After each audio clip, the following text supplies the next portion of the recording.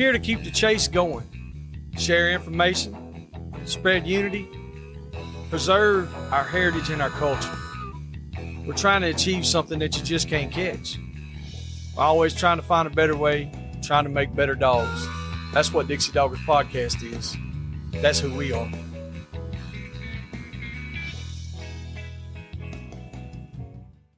This episode is brought to you by Rankin Ranch 38 Cattle Company. Marc Rankin specializes in Brahma and Brahma Cross cattle in Oglethorpe County, Georgia. You can contact him at 407-832-2077. 407-832-2077. This episode is also brought to you by Phil Wilson of UC Hunting Properties. If you're buying or selling land, farms, or hunting property, these folks know land. You can contact him at 678-791-3483, 678-791-3483, or visit his website down below in the description. All right, everybody. Back here one more time. Got the Dixie Doggers Podcast coming to you. Got Joey and Nate over here. Yes, indeed. We're fixing to do another show. And we have a guest tonight. We went from the opposite side of the world to another country named Texas. It's its own place and everything. And there's this dude out there, and he's been running around with an old dog named Huck, blood tracking deers and axis deers and antelopes and a couple, probably buffaloes, and I think he even got a damn Sasquatch one time. It was on damn KSBA 1640 News at noon. Y'all missed it. So without further ado, we got Mr. Ricky from Lite Hounds. What's happening with you, Ricky? Not much, guys. How are y'all? Absolutely outstanding. Doing good. Good. I appreciate y'all having me on. Well, I mean, we do what we can do when we can do it. So all the listeners out there in the wonderful world of us, probably all four of y'all guys out there listening. Y'all listen now, damn it. Ricky's gonna tell y'all where I've been in the best fucking mood all day. You have been in the mood. Yeah, it's probably I ain't even stoned. So I mean, I could get there. I know Nate is. But anyway, so Ricky's gonna tell y'all who he is, what he is, how he does it, and why he's not in jail. So, Boy, one big shoes to fill there. So give us a little history on yourself. Tell the folks out there what's happening with it. All right. My name's Ricky Loftus. I'm from North Texas, a little town. I grew up in Pilot Point, Texas. I live in Collinsville, Texas now, just a couple towns north of there.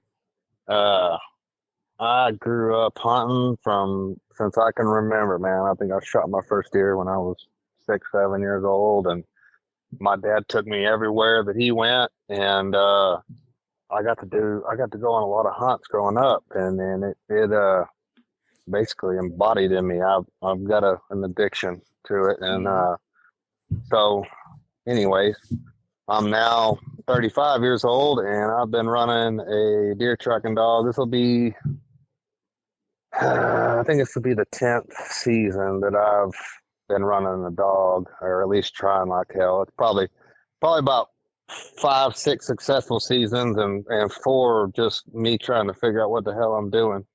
But that's what I do, man. I run deer tracking dogs during deer season. I try to run any kind of dog I can after deer season. Cool. And that's what I try to do over here. Nothing wrong with that, man. We gotta, and what you said earlier, you know, you started this clothing deal. Yeah. And so you wound up getting into a whole genre of all kind of dogs, just all different dogs. Through that, you know, because you, like you said, you try to chase anything you can with a dog. So dog hunters, you don't have to just hunt one thing or just do one thing with the dog. You know, you can do a lot of other shit. So tell us about your, let's talk about the cool ass clothing and designs that you do. All right. So this past deer season, I was trying to come up with a logo and some stuff for me. I mean, I've always had RL deer tracking. It's been kind of my little business name, whatever you want to call it. And anyways, I was thinking about doing this logo. Well, I got in touch with a guy, and he had an artist guy, and next thing you know, we was, chewing the fat back and forth, trying to figure out an idea. Well, I come up with this kind of skeleton guy with dogs and blah, blah, blah, blah. Well, anyways, I come up with my own logo and came out during this past deer season, and kind of was a hit. I was sure happy with it. And then I had a bunch of my other dogging buddies that were like, man, you don't need to do just the deer tracking deal. Like, we need hog logo. We need duck dogs. We need lion dog. We need everything. And I said, well, I mean, that sounds cool and all, but I don't know how. Well, next thing you know, I'm 8-9 logos deep in different working dogs, and and I'd like to do another 8, 9, 10, 20, 30 more. There you go. I'm pro running dogs on anything. I anything that has to do with that, I'm about it. So that's where we're at, man. I'm gonna keep spitting out logos that I can. If I can afford it, I'm gonna keep doing them. But I think we've got nine different ones now. Just did one with the Boars N Broads guys. Mm-hmm. So that one's live now, and hell, I don't know what's next. We got deer season right around the corner, so that's what's really on my mind. Oh yeah, and that's why I wanted to jump right into that about the clothing and stuff, because it's one of those things that it jumps out and grabs you on Instagram, all social media stuff. A lot of people are going to know Lite Hounds by the shirts and the hats and stuff, and with the skeletons, that I like it. It's pretty slick, and so that's one reason why I wanted to do that. So that way these listeners, they'll be like, okay, so I know what we're talking about now and who this guy is. But this guy's not just some t-shirt designer. He's got a badass dog named Huck, and he finds a lot of damn dead animals. So yes, sir. Now, where you're at is the exotic deal pretty heavy out there? Not exactly where I'm at. If you go west of me, probably hour and a half, and then on to 3 or 4 hours west, and then down in South Texas, there's a lot of it. Honestly, by me, there's only just a handful of high fences. So I might get a handful a year, but it ain't nothing like my buddies in South Texas or West Texas. So I don't know when I think it's going to happen over here, because we're pretty close to DFW, and Lord knows there's money over there. So that's generally what gets these high fences popping. So I think it's coming, but I specifically just free track whitetail in North Texas and Southern Oklahoma. I probably do anywhere from 70 to 90 tracks a year over here. I take that many. Hell yeah. Now, what kind of terrain are you in there? Because a lot of people hear Texas, first thing they think of is more like a desert style scenario, and that's not necessarily the case where you're at. No, not where I'm at. No, sir. We there's some rolling hills and stuff, but it's a lot of woods. We got greenbriers, like I mean, I'm sure there's greenbriers all over the planet, but we got pretty much hardwood creek bottoms, and then you get to the west of me, it'll kind of open up a little bit. But where I'm at, it's big hardwood creek bottoms that connect to lakes. So every lake around here is connected by a creek, by a river, whatever. So anywhere where these creeks connect in, there's big deer. I'm pretty fortunate where I'm at. We've got really good genetics, and there's a couple counties right here that are archery only, and boy, the deer get big. So that is good for me and good for business, and I'm just as much a deer hunter as I am a deer tracker. I say that I track more, but I'm fortunate that we've got those genetics. But it's hardwood bottoms with briars and and hay pastures and stuff. But a lot of it is floodplain timber that is in between lakes on creek bottoms, basically. Okay.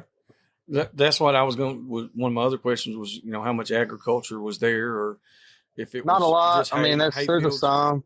There is some corn and some, it depends on the year, Yeah, but it's not, it ain't like Wichita Falls or, over there where, you got, as far as you can see, cotton yeah. or maize or whatever, So there'll be a couple 100 acre, fields, but nothing crazy. I got you. Okay, because I mean, if you got genetics that are that good, and could you imagine if you just had like a, 1,000 acre fields of corn and soybean Uh, and it would cottonseed, be like it is up north, I think. I big, mean, big I'm not monsters. kidding you. There's some really exceptional deer around here, which some people What's try an to keep it hush exceptional deer? hush. What? Well, no. Let me change that. I'm not going to say what's an exceptional deer because we all have, we all have our differences now. What is a good buck to take for you, age wise, and because I mean mostly we're going to be looking at age, but say if somebody was just hunting antlers, what size? We'll be back after a quick break. And now, thanks to the sponsors and friends of Dixie Doggers. Animal Housing Solutions. Boars and Broads. Crockett Taxidermy. Hardcore Hog Dogs. Southern Cross Cut Gear. Ada Y Transport. 4L Kennels. The American Doghorn Museum. Unique Hounding Hunting Supply. Hogbaying.com. Tuskers Magazine. Mud Creek Hog Dog Trials. I mean, around here, Yeah. you're gonna get attention at 160 plus. There is a handful of 200-inch deer killed around me every year. Oh, damn. But I think last year, which is funny because I got like something out there. I can't put a 200-inch deer on the tailgate. I don't know what it is, but for some damn reason we cannot tailgate a 200. So, but I've tracked a couple, and anyways, I think last year we probably put. And then last year was an exceptional year. I don't know what the heck happened, but there was a lot of big deer, and we probably put 10 deer on the tailgate over 160. That are 160 to 190. That's good deer. But it's a lot of it is this archery only. It makes these deer get older. Yeah. The genetics are there. If they'll just get the age, they'll get there. There you go. So, and the Red River, runs just north of me. It's 30 minutes away, and anything along that Red River, the genetics are there too. So, Cool. man, it's just all really if you can get age on the deer around here, they'll get up there. And I feel like that holds true.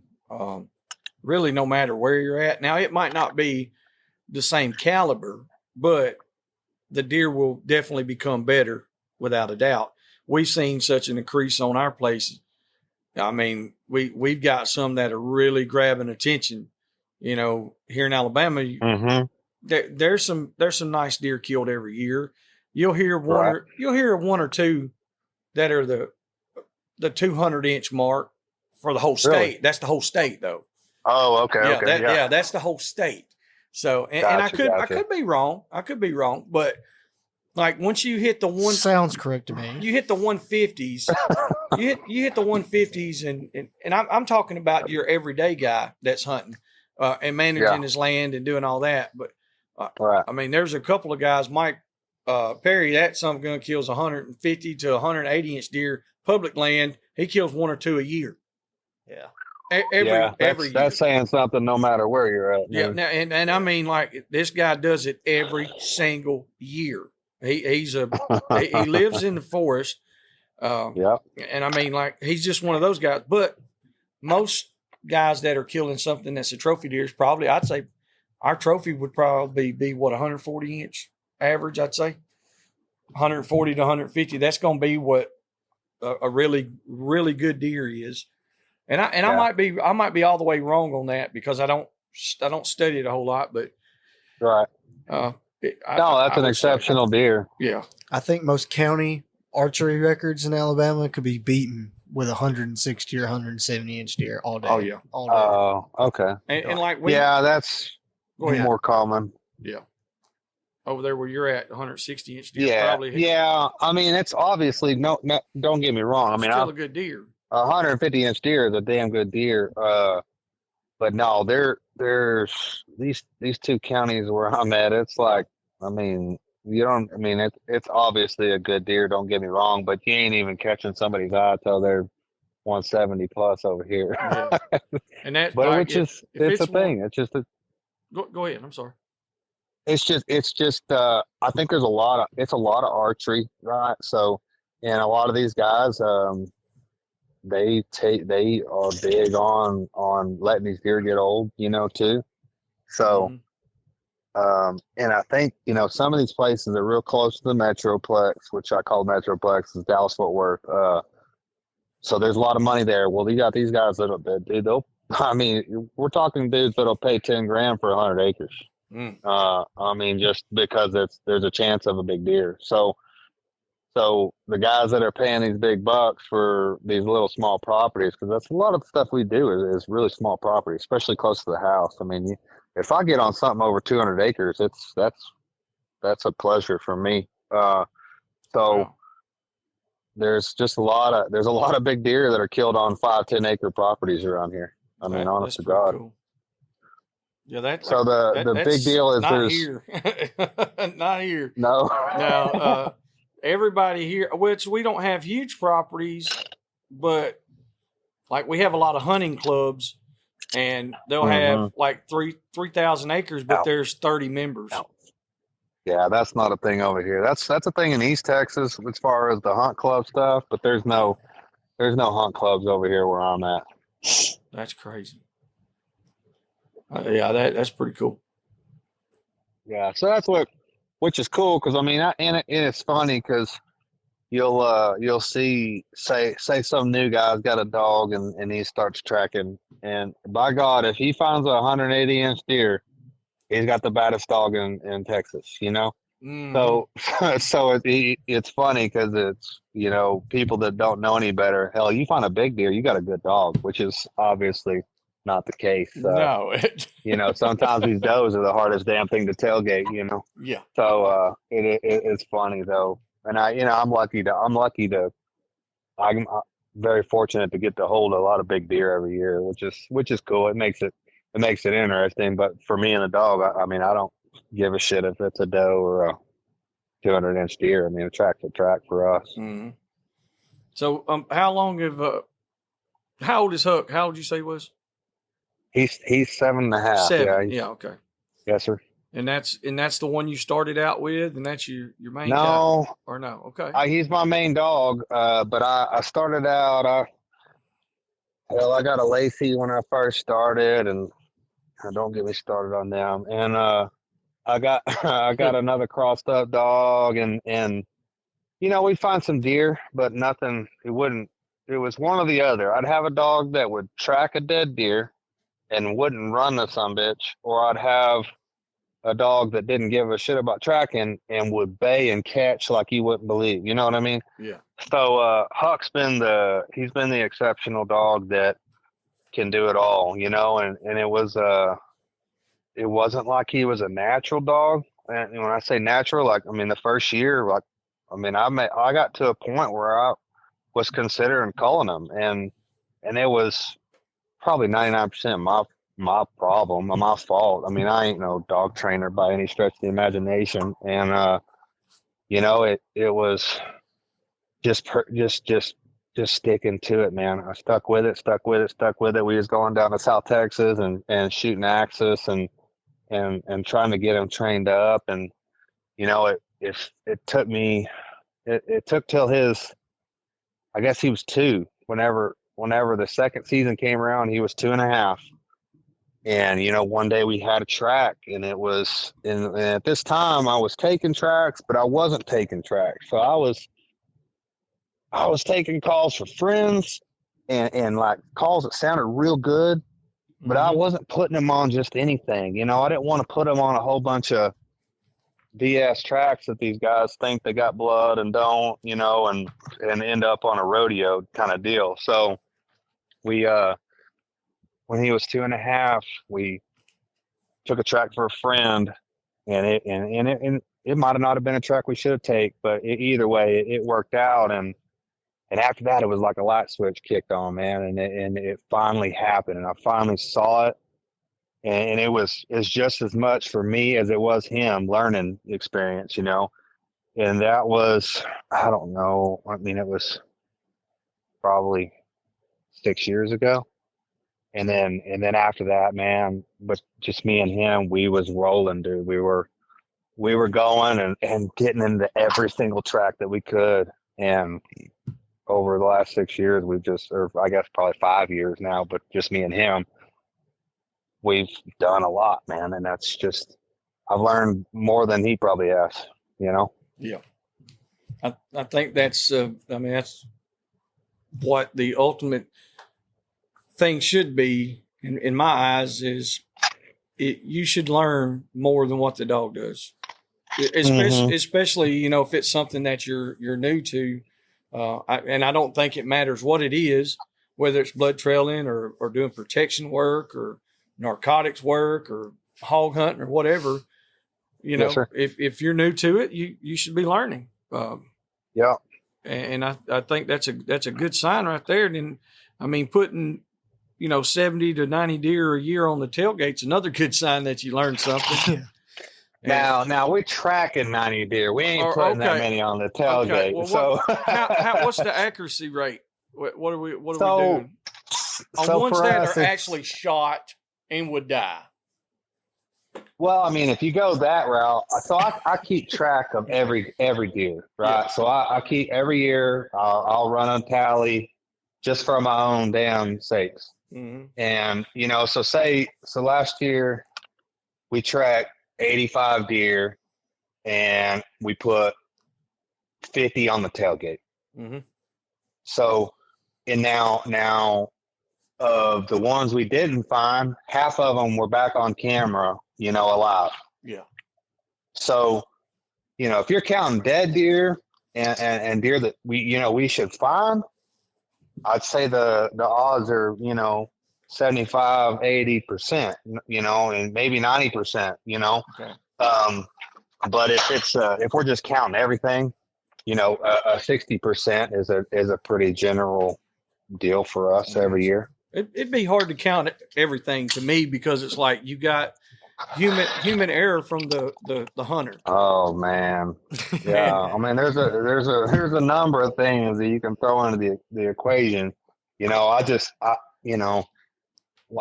just like to count it all because we go and there's I turn down a lot too. So when I say I take 70, 80 tracks, I've had 100, 120 calls, total that I might turn down that many. You know what I mean? Yeah. It'll be shoulder shot deer with 4 inches of penetration or some shit that, I know is not a dead deer. Mm-hmm. But I've also had guys that, will want you to come out and look no matter what. It's a big deer, man. Will you just please come look? And 9 times out of 10 we'll go out there and we'll find the sucker and run him across the county, and then he'll blow our doors off, and it's hey, dog found him.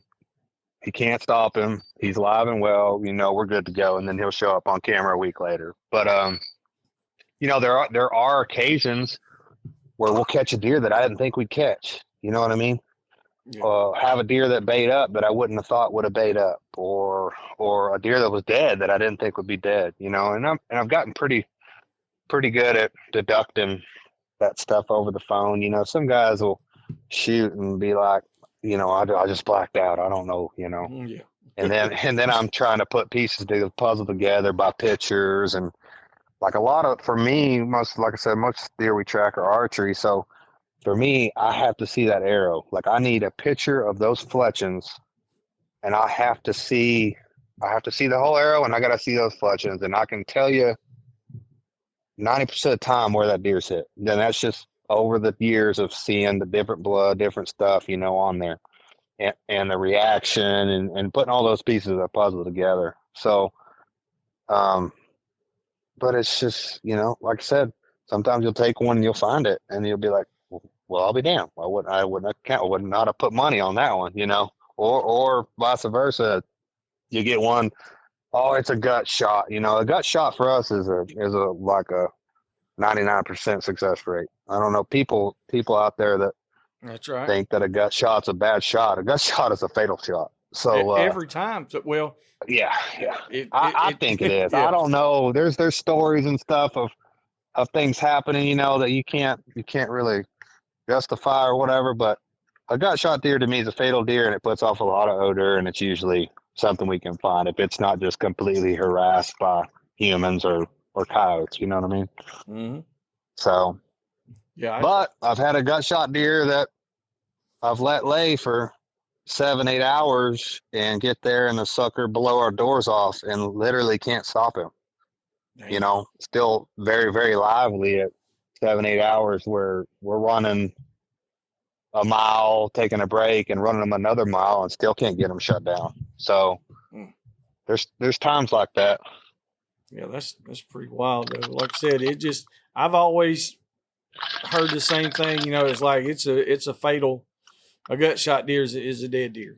And every time that I've been around it, that's what happens. And it's just weird because I've literally talked to guys. I talked to one today. He was like, "Yeah, I thought I gut shot it. I looked for it for a little while, but you know how that goes." I was like, "He'll be laying there somewhere." Yeah, they die. And then that's what he told me. He was like, he said, he said, if y'all go down there and run dogs, he said, y'all keep your eye out for him. I was like, okay. Cause I was like, we always find deadheads, for him. Uh-huh. So we were talking to Desmond Hood the other night, and Lucas was on there, and his little boy had shot a deer. What day was it? Sunday. Yeah. And this was Wednesday when we talked to him, I believe it was. And they were still tracking this deer. Like he would not give up on He done jumped in like 2 or 3 days in a row. Yeah, like he would get in there. And he finally by himself or with a dog? Well, they had dogs on it the last time. Yeah. I think they run dogs all the time, pretty much. But I think it was like youth season or something. And that's what I told him. I asked him, because he was supposed to be on the interview with us. And he was like, well, I got just a few minutes. My buddy got here with a dog. And I was like, okay, in South Carolina, early season. And he started telling us that. And I was like, so how long has it been? He said, like Sunday. I was like, so you've been chasing this deer for 3 or 4 days? He's like, yeah. He said, I know right where he's at. We're going to go in there and get him. I was like, dang, buddy. That's what I'm talking about. That's, I don't, I've had live deer at 24 hours that we've, have been shot in the liver or something. But I don't know that you're going to run one. If it's made it 2-3 days, I don't know, man. I mean, I've never encountered that where you could run one that persistently and still be alive. Desmond just sent me a picture because it was on my mind. I was like, hey, I said, did they ever find his little boy's deer? He said, no. He said, but he said, they never did. Let me make sure. He said, no. He said, but he killed a couple since then. I was like, okay. But now he's got one, right? This is a 6 by a typical 12 point. 1, 2, 3. Yeah. Dang. Typical 12, and it's probably 20 inches wide, but it's short, kind of short tines. Big old mature deer. And here's another one. 5, 6, 7, 8, 9, 10, 11 point. Good Lord, that boy's knocking them out. We might need to go out there. Hell yeah. Might not have found that one on purpose. Exactly. Hey, now the one, he sent me a video, and I'm talking about this son of a bitch is a stud. Like, yeah. I mean, yeah. He sent me a video. They had a drone. And, like they was serious with it. This would be 160 plus inch deer all day. Dang. And I might be off on that. If I am, it's probably going to be because it's 170 plus. It's a damn big deer, especially for a young guy, a kid. And, you bet. In South Carolina, I was like, I didn't know they had deer that big out there. Yeah, I wouldn't have guessed. I just showed Nate that picture of that one. He could look. There's an 11 there, Mm-hmm. and then there's that 12. That's a damn nice deer. Speaking of which, sounds like they got some good woods. Yeah, we gonna ride out there and holler at them, see what's happening. Yeah, I don't blame you. I'll take them hog dogs out there and see if they can catch a deer. Hey, you never know. Louis would. Yeah, we got a couple that they think they can. I like them deer. Yeah. Louis If does. I put him on him, he will. Yeah, Nathan's dog.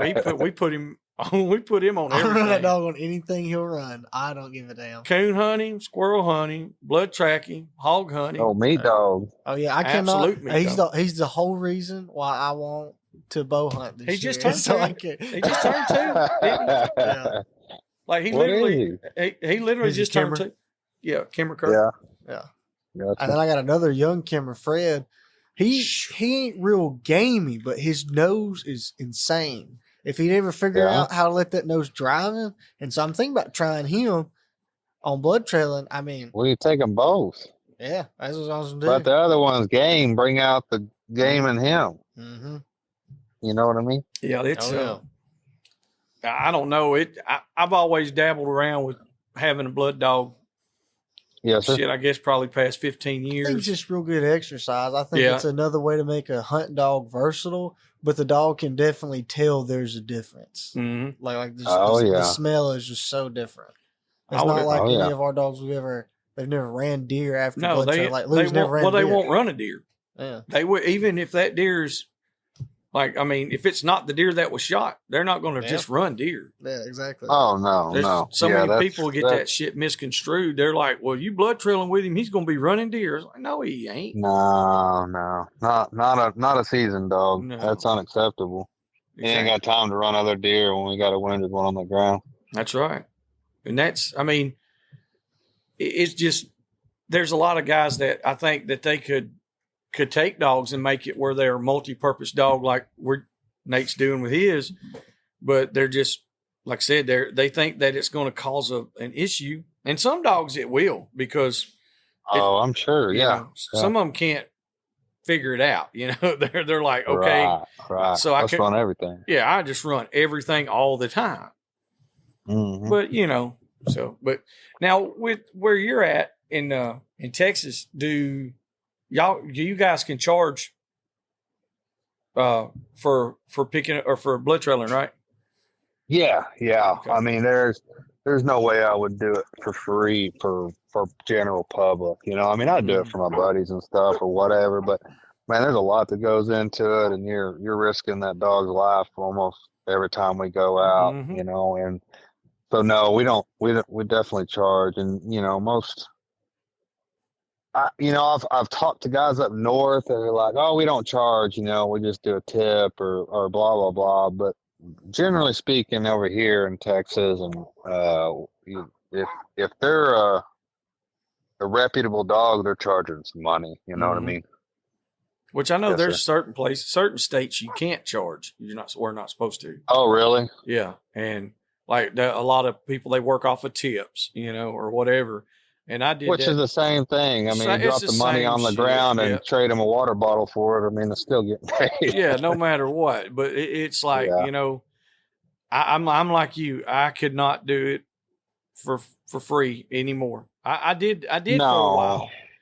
I would try Yeah. to go help people, and like you said, I was trying to get the tracks that were close to the house to get my dog some Yeah. reps in, and I blah blah Yeah. blah. And then it is a freaking headache. There's some dumb son of bitches in this Yeah. world too.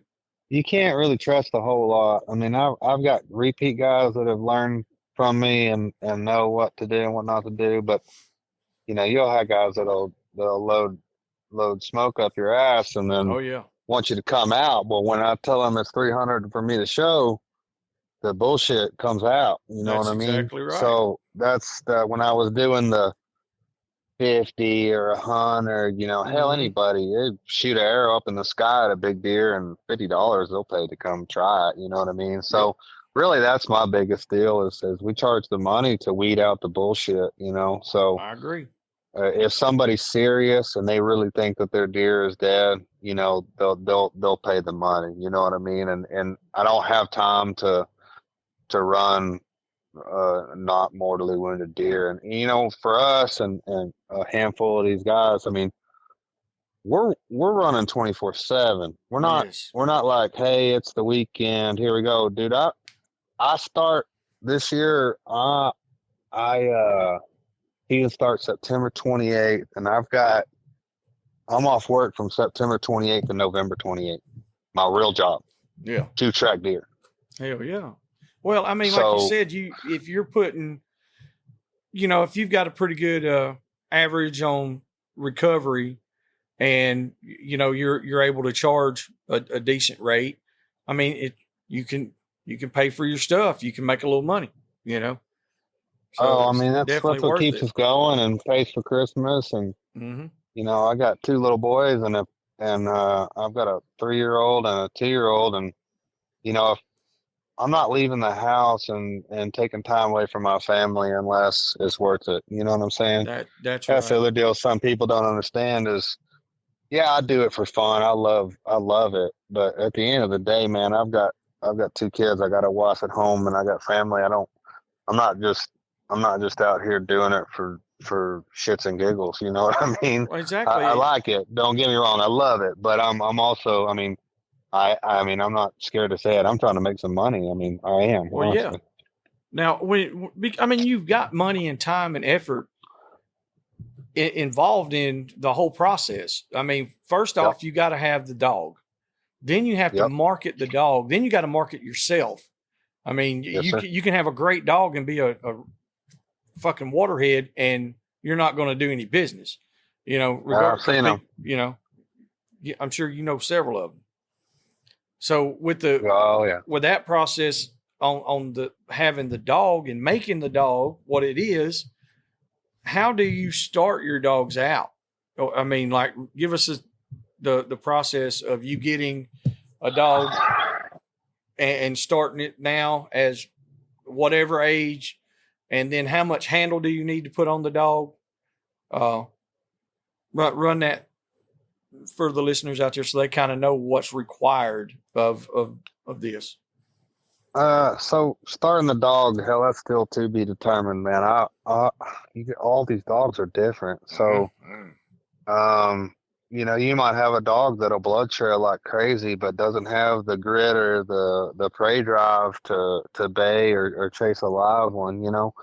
And then you might have one that has a weaker nose, but is gritty as all get out. You know what I mean? So Mm-hmm. it really depends on the dog, on the starting deal. But to me, and this has been trial and error, the mock trails with the hooves and the blood. I mean, to me, that's a 6 month and under puppy deal. You know what I mean? Yeah. After that, I just don't see a real benefit in it. It's not real. It's the dog. Once the dog's found a couple deer, that dog knows that's bullshit. Mm-hmm.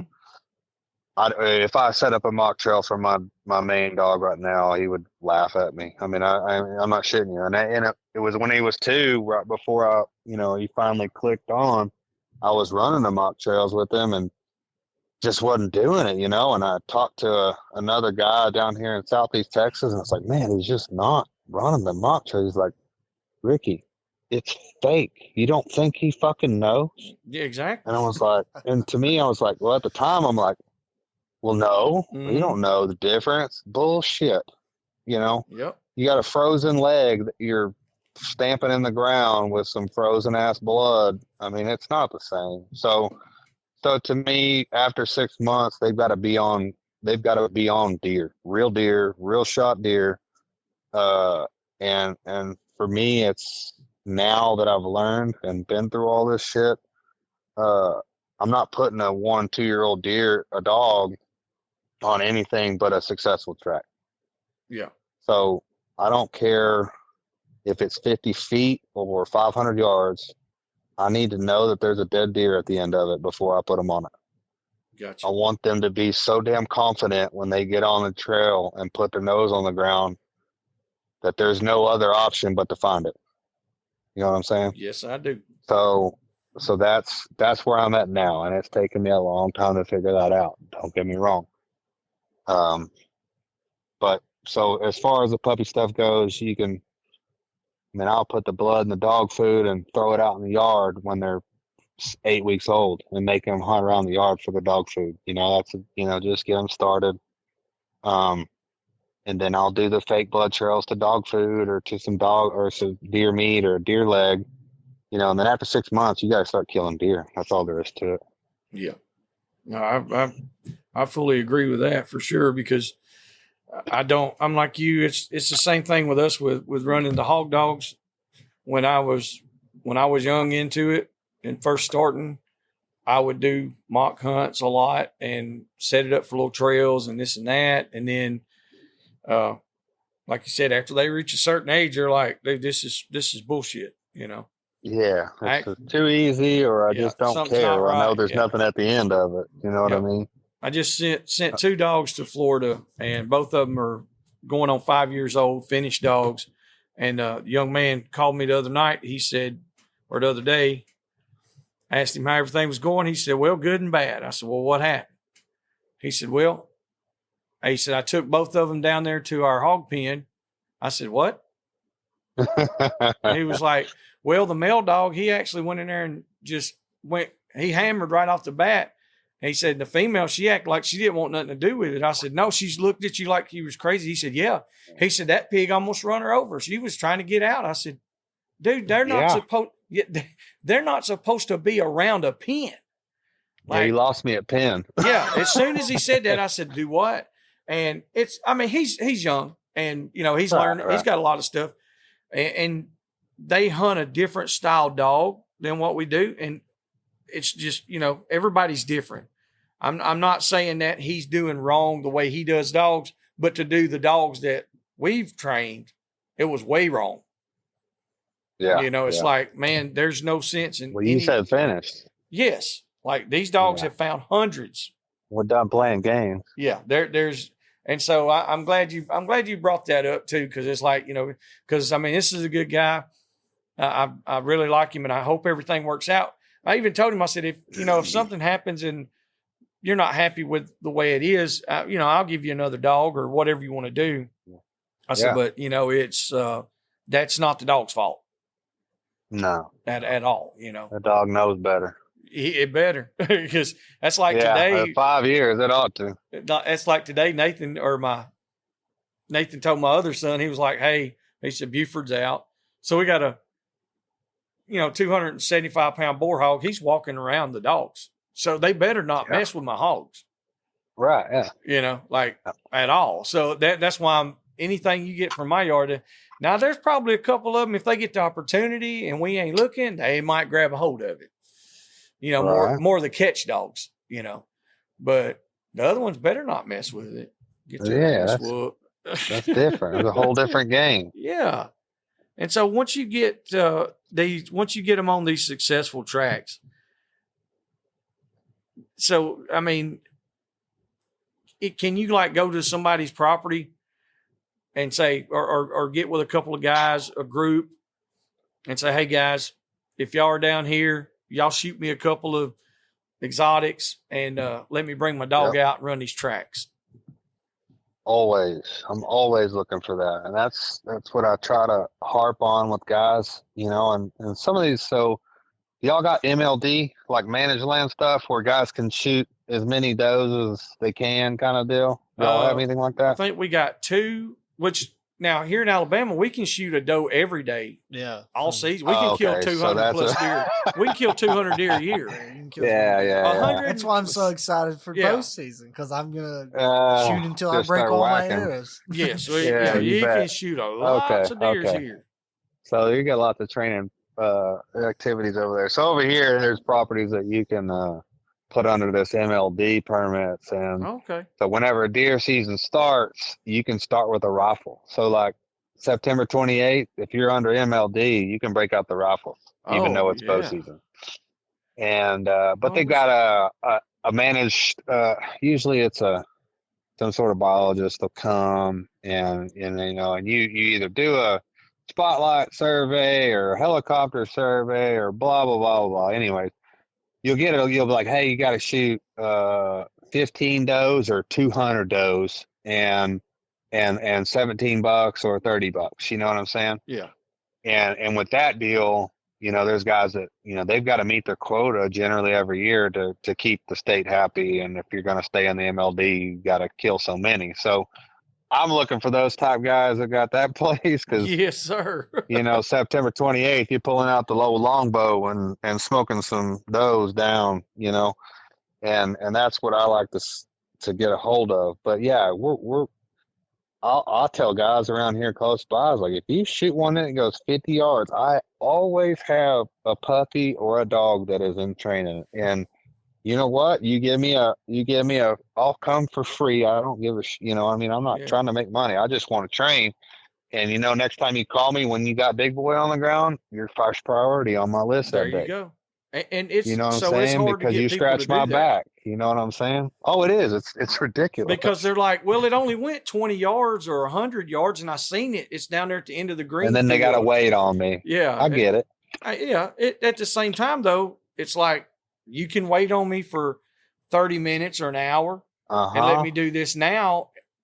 And when, like you said, when big boy's down on, hey, you can wait on me for 30 minutes or an hour then, or you can wait on me for 10 hours, whichever way it works. Right. And that's strategical on the time frame. But at the end of the day, like I said, I've got, and I swear it's taken just this year, like this past season is the first time that I've ever had somebody actually. Now there's been a couple here and there, but don't get me wrong. But like that last year, I had two different places like come let me, or they shot does and had 3 ready for me when I got there for the puppy. Dang. And it's like when that dude calls me from now on, I don't give a shit what's going on. He's first on the list the next day. You know what I'm saying? That's cool. So and I try to take care of people that take care of me, and it's you scratch my back, I'll scratch yours kind of deal. So I'm always looking for that. Don't get me wrong, and for a young dog, especially that first year, a 50-yard find is a find, brother. I mean that's confidence in the tank. Yeah. So and dogs need that. A lot of people, they don't put that confidence deal together. It helps them so much. Like even if the dog has, that's a very big deal. Rodney's got a little dog right now.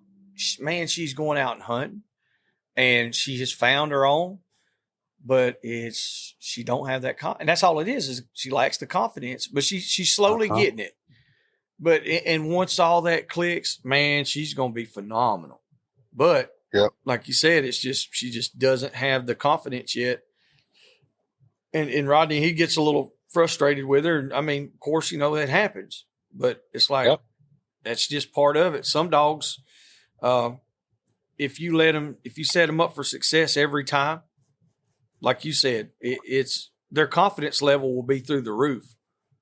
Right. Which is a double-edged sword. I mean, like I said, with this Huck dog, that's what I did with him. That's all we did was successful tracks. And then when we started reaching out past that 200, 300, 400, 500 yard mark, he'd come back and he'd check back, and it's like, and at the time I'm like, what are you doing, dude? Keep going. And I set him up with so many 200-yard tracks that after 200, 300, 400 yards, he was like, where's this damn dead deer? And that was my big learning deal with him, and how he ended up finally making it was that, okay, he's made it 200 yards. He's not heart shot. He's not lung shot. Something else going on. We got to keep pushing. And that was that one significant track that we took, that we just, we stuck to it. We stuck to our guns, and I stuck with him, and he found it at 500 yards and bait it. and it took him doing that to realize, oh hell, I keep going. You know what I mean? Yeah. Not always are they gonna be dead, or not always are they gonna be 200 yards. So you got to start them with the confidence, and then you gotta ease into the longer stuff, and then the other confidence of going further and keep pushing until we jump this deer or find it dead. Yep. Now, when doing this business that you're doing, what all do you need to have? I mean, besides just having a tracking dog, what tools, materials, equipment, stuff like that? What all you got to have in your bag of goodies? Man, you don't have to have any kind of license or anything. Obviously, I think you probably ought to have a hunt license just to be safe, but I don't think you don't have to have some tracking license or anything. But for me, it's I'm running the best Garmin and the best collar that I can always. I mean, every year I'm trying to upgrade and just keep that stuff tip top, because you just never know what you're going to get into. And then I carry a gun. I either carry a 10 millimeter pistol if I think we're going on a long haul, or I've got a little fold stock 308 that I carry with us, because for what we do, if we tailgate 50 deer, 25 of them I'm shooting. Half will be alive still. So you've always got to have your GPS system, a gun, and then a knife or whatever. And for me, I mean, I don't even want to plug them. I don't get paid by them, but that damn OnX app, dude, that keeps my ass straight, son. Because we're on small properties all the time. So when I'm on there, when we're running free and he starts to jump on and run, I am looking ahead on there and seeing who the next neighbor is, and figuring out whether I need to stop him or if we can keep rolling. So those are the tools that you need if you're going to do it and try to be legitimate and not be trespassing, and then getting the job done. Yeah. And that's what I was. That was exactly what I needed, because, like I said, I know what we use, but we use our Garmin's. But I know some people, like, man, they carry reflective tacks. They carry damn flagging tape, 40 different type of lights and all kinds of stuff. I'm like, holy shit. I said, I'm unarmed. This dog knows what he's doing. Like I said, I'm very blessed with this one. If he don't find it, there's a reason. Yeah. I mean, if he don't find it, it's live and well. Something's happened. We leave dead deer in the woods every year. Usually it's the first 2 weeks of season. It's hot and it's dry, and it's a liver shot deer that don't smell a lot with no blood or something. But I trust the dog. If he can't find it, it's not because he's messed up. It's because he can't smell it, and it might be because he's don't have as cold a nose as some. But no, I ain't marking a trail. I got a GPS for that. I'm running that trail on there. I know and I can tell if he's made he'll run. He might run 400 yards at 5 miles an hour, and then stop and sit in the same 50-yard spot for 30 minutes. And he's making circles trying to cut that track and trying to get it back. Say that deer bedded down and by God got jumped by coyotes or it got jumped by the hunter. But I've reached the level of trust and respect with this dog that I don't need all that stuff. If he's gonna find it, he's gonna find it. If he's not, it's not because he done something wrong. It's because he can't smell it. You know what I mean? Yeah, I got you. But I'm fortunate, with that. Yeah, I was going to say, and there's a lot of people that have a dog that it'll find a deer, you know what I mean? But it is not what you'd say is it's not a tracking dog. Yeah, there's a difference. Yet, you know what I mean? So right, and then some guys don't have the benefit of running a dog off lead, like we do. when I go in Oklahoma, I've got to put this sucker on a leash. Mm. And yeah, other Oklahoma is behind the times. I'm praying to God that they get the rules changed, because it's asinine to think that you're going to chase a dog on a lead through briars. It's silly. Yeah, that's So those guys, I feel bad for them. They don't have the benefit to watch the dog and judge by GPS. They're getting drugged through the damn woods. yeah, that'd be pretty tough.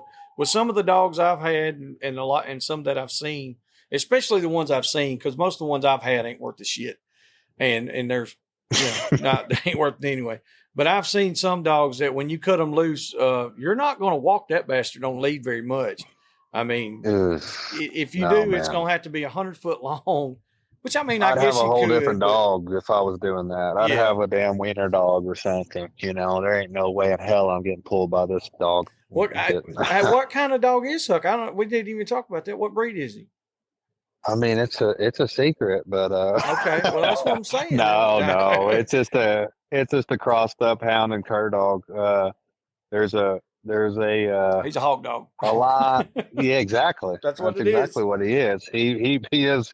He has bait up some hogs, and he probably would if I let him. But Hell yeah, get him, Hook. he that had to break him of that at an early age. I think that was the first thing we ever bait, was a damn 200-pound boar. Shit, you should have sent me that damn dog, man. I'm telling you right now, he was he had a knack for it there at the beginning. A little bit of electricity changed that. But anyways, no, he's a crossed up.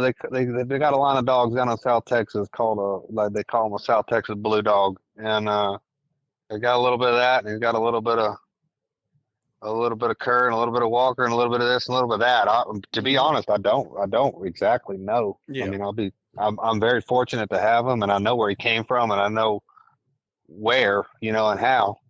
But I was very blessed to get him, honestly. The only reason I got him is because they're down in South Texas, and I don't pose any any threat to their business up here. That's and they knew that I was going to work the dog, and like I said, I'm very lucky. I have ran into bad luck with the fact that the dog is infertile. I've gone to the extents of the world to make dogs with this son bitch, and he is completely infertile. So damn, I'm very blessed to have him, but I also do not get to have another. So, I mean, I could get from where I got him from. I think I've kept a good enough relationship that I could get one another time, but out of this dog that I cherish so much, I am not getting another dog out of him. Man, that's tough. I've been there myself, and we've one of my main dogs for years and years. Never got a puppy out of him myself. I let another guy borrow him, and he did. One was an accidental breeding, and the other one was a planned breeding, and they both took and had one puppy apiece. that was it. So, and to be honest with you, they're still at his house. They're kept more as pets, and the reason, the reason is to keep that bloodline, and they're old enough. They're kind of like breeders. Yeah, I mean, I want to turn them loose in the woods so bad, but it's like when I say there's no more of these dogs, there's one. It's his brother, and that son of a bitch will not breed nothing. I'm talking about, he won't look at a female. He won't mount one. He won't do, and I mean, we've done AIs and everything and never got a puppy. So homosexual, huh? He's just not interested. I don't know what's wrong with him, if he's LGBTQ PRLZ or something. But model hump the ears off anything that comes near, but it ain't nothing coming out. Yeah, but that shit's so frustrating though. It's like, because you know what that dog is. It's pretty heartbreaking. It really is. I've tried. I mean, I think I've tried everything. There might be some magical cure out there, but If he it wasn't is worth what the it shit, is. he'd have puppies every couple of months. I can't tell you. I know. If it was the neighbor's dog, it'd have been bred 5 times by now. Yes, ain't no doubt about that shit. So, what's the longest track that you've run? Like, I mean, as far as like Like mileage length? wise, Oh, yeah, mileage? Shit. lengthwise, and then what's the oldest track that was taken and recovered Okay. that you know of? Don't Lengthwise, lie. I don't. No, I ain't gonna lie. Don't lie I ain't got about nothing to prove. I ain't it. got nothing to prove. I promise you. Shit. As far as distance goes, I mean, some of these deer, if we get on them, either their leg shot or maybe a little too early. Say, I call them green. If we get on them and they're gut shot, so like a gut shot deer, I'm gonna let sit for me. It's gonna be at least 6, and I'm talking at least 6 hours. And sometime, I'd like 8 to 10, and then I'm pretty much planning on them still being alive when I get there. Mm-hmm. But some of those deer, you'll run 2 or 3 miles before either they blow your doors off and you got to come back tomorrow, or just give up, or you finally get them bathed in something. You might cross them up in a pond or a deep creek bottom or something. But I don't know exactly. Hell, a lot of tracks between 2 miles, I'd say 2, maybe 3 if we really hit one early. And that's like multiple bays, multiple breaks, before you're finally getting them done, or saying stop, you know what I mean? Yeah. But Now, I don't know an exact mile or anything. okay. Well, what about like what's the oldest track that's been caught on and recovered? That I you know. found one. It's been 3 or 4 years ago. It was 48 hours, but now, mind you, this was a deer that somebody had put a porch dog on the day before and couldn't find it, and then it was wet. It had misted the next day, Mm-hmm. which I think freshened the track back up. And we came in, and I did not want to take the track, mind you. This guy was very persistent. I said, "You already had a damn pot liquor on it. I'm not coming out there, and we're already at 48 hours. Like, I'm not wasting my time." It just so happened it was later in the season. I was bored, so uh, I went and put the dog down, and the deer wasn't 400 yards away. And I legitimately think he trailed it. You got guys that'll go on a deer that's 5, 6 days old and then just get downwind, win a dead carcass. This was not that. I mean, he was nose down, and he found the deer, and I had no expectations, but I think that it wasn't a washout rain. It was just enough moisture to freshen that track up to keep it findable. The deer hadn't been eaten by coyotes or anything, surprisingly. Yeah, that's pretty But wild. it was 48 hours, and that was, like I said, the stars were aligned for that one. Hell yeah, that's nice. I mean, because one thing is like you said, coyotes. They're bad here. They're like that. Dude, I they're don't know real how bad. bad they are there. They're Worse, I'm bad sure. Yeah. in spots. Yeah. So it's made it through all that. So that's a blessing in itself, right there. That's a miracle. Yeah. You'll have some that go, you let sit for 4 hours and be ate up by coyotes, and then Yep. you might be 2 bottoms over and run 124 hours and not be ate up. It's just kind of dumb luck, but there's definitely pockets of them around here Yeah. that are worse than others. Is Huck? Is he a rough dog? Will he catch him, or is he just bay, or is he So all when around? we first got going, he was a little rough, and then if you introduce another dog, it's game on, man. Game I mean, on. yeah. So the first year, I put him all the confidence tracks. The second year, he finally pinged off and found a handful. And then that third year, I brought another dog in, and I was just, like I said, I'm always trying to get another one going. And this was a 1-year-old dog that was just a gamey bitch. And if I put them both down, Huck would find them, and then that other dog would come to the bay, and then it would be caught. I don't think I shot a deer that year. They were catching them all, and it was Western. I mean, the dogs were getting tore up. It's not what I want to do, honestly.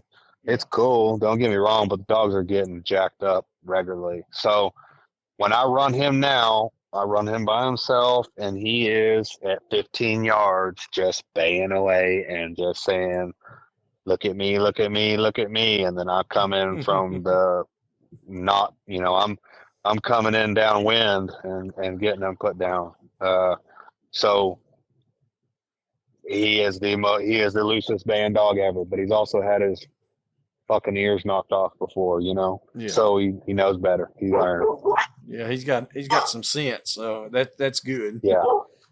Well, But I guarantee you, if I threw another dog in with, it would be, it's a dick measuring contest with him. He'd be catching again, even if he knows better. Yeah. And those deer will mess him up, man. They are not. I mean, I know pigs are bad, but them deer, and they get you hooked. I've had a buddy over here west of me that, he's had horns go straight. I say horns, antlers go straight through a leg, come out the other side, put them in the guts. They're not messing around. They get you pinned up against a creek bed or something.